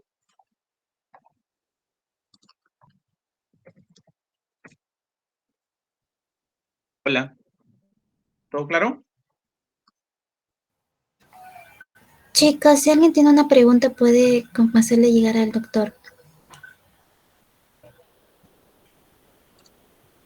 Ok, si no hay, entonces rápidamente hago esta práctica en OpenEpi, ¿ya? Les muestro rápidamente cómo se haría el cálculo de la muestra en OpenEpi, ¿ya? Voy a compartir nuevamente pantalla y para ya terminar la sesión del día de hoy. Ahí ustedes entran a la página openepi.com y se van donde dice tamaño de la muestra y van donde dice proporción. Y en proporción van a introducir datos. Y nunca cambian la población porque acuérdense que el tamaño de la población no influye para nada en el tamaño de la muestra. Y tiene un estudio que le sale, por ejemplo, 34% de prevalencia de anemia en estudiantes universitarios, lo colocan en el valor P y ponen calcular. Al 95% de confianza le sale un tamaño de la muestra de 345. Esta es la fórmula que se empleó, que es la fórmula que hemos explicado. Esta es una de las fórmulas. Para casos y controles no pareados, utilizaremos otro tipo de fórmulas, ¿no? Utilizaremos comparación de proporciones. Y, por ejemplo, si tenemos un estudio, ya saben que el nivel de confianza es 95%, para el grupo caso, para el grupo control 80% de confianza, y esto es lo que nos sale de investigaciones anteriores. Por ejemplo, 44% de la población tiene fiebre en todas sus faringitis anuales, en todos sus resfríos comunes anuales. Mientras que por el caso del COVID, ¿no? 71% de la población tiene fiebre con resfríos anuales, de forma habitual, aquellos que no se complican. Le damos clic acá a Enter y eso sale de investigaciones previas, le damos el cálculo y nos sale que tenemos que estudiar a 59 personas con resfrío común y 59 personas con COVID para ver cómo evolucionan con los episodios febriles. Igual, esto es para un casos y controles. En caso de una cohorte, un estudio prospectivo, comparativo, longitudinal, tendríamos que hacer algo parecido. 95% de confianza, grupo caso, 80% de confianza, grupo control. Y tenemos, por ejemplo, aquellas personas que reciben oxígeno internados en COVID, ¿cuántas llegan a tener EPOC? Entonces, y las que no recibieron oxígeno, ¿cuánto llegaron a tener EPOC post-COVID? Pasado los 60 años. Entonces, tengo un estudio que me dice que pasado los 60 años, las personas que no recibieron oxígeno, 41% hizo EPOC post-COVID, pasando los 60 años, ¿no? Y los que sí recibieron oxígeno, ¿no? 69% hicieron EPOC post-COVID, ¿no? Ahí tenemos nuestros cálculos del odds ratio, que es 3.20, el riesgo atribuible, o riesgo relativo, por la razón de riesgo prevalencia 1.68, le damos clic en calcular, tenemos que seguir a 56 pacientes internados en UCI o internados en el hospital con oxigenoterapia y 56 sin oxigenoterapia para ver cómo ellos han o realizan EPOC o no, de acuerdo a la hipótesis que yo tengo.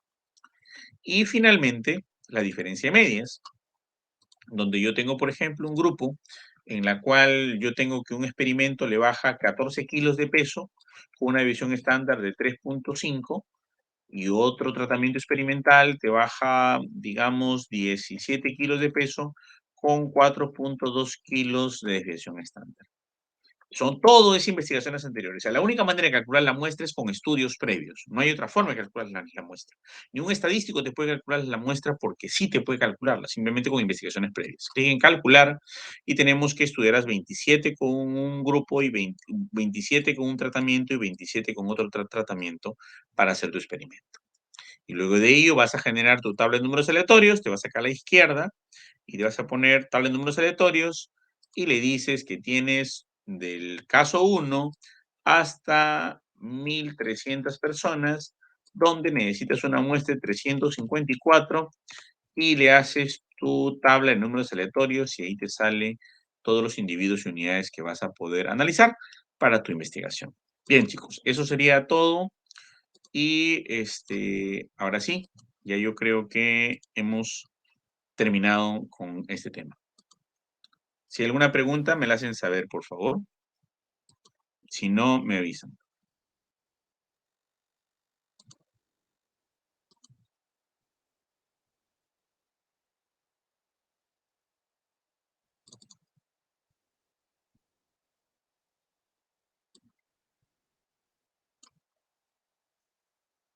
Ok, esperando sus órdenes, organizadores.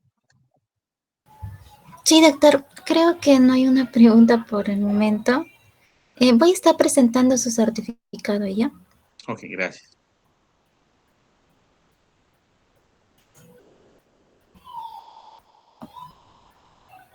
Ya. Dice B, ¿no? Ya.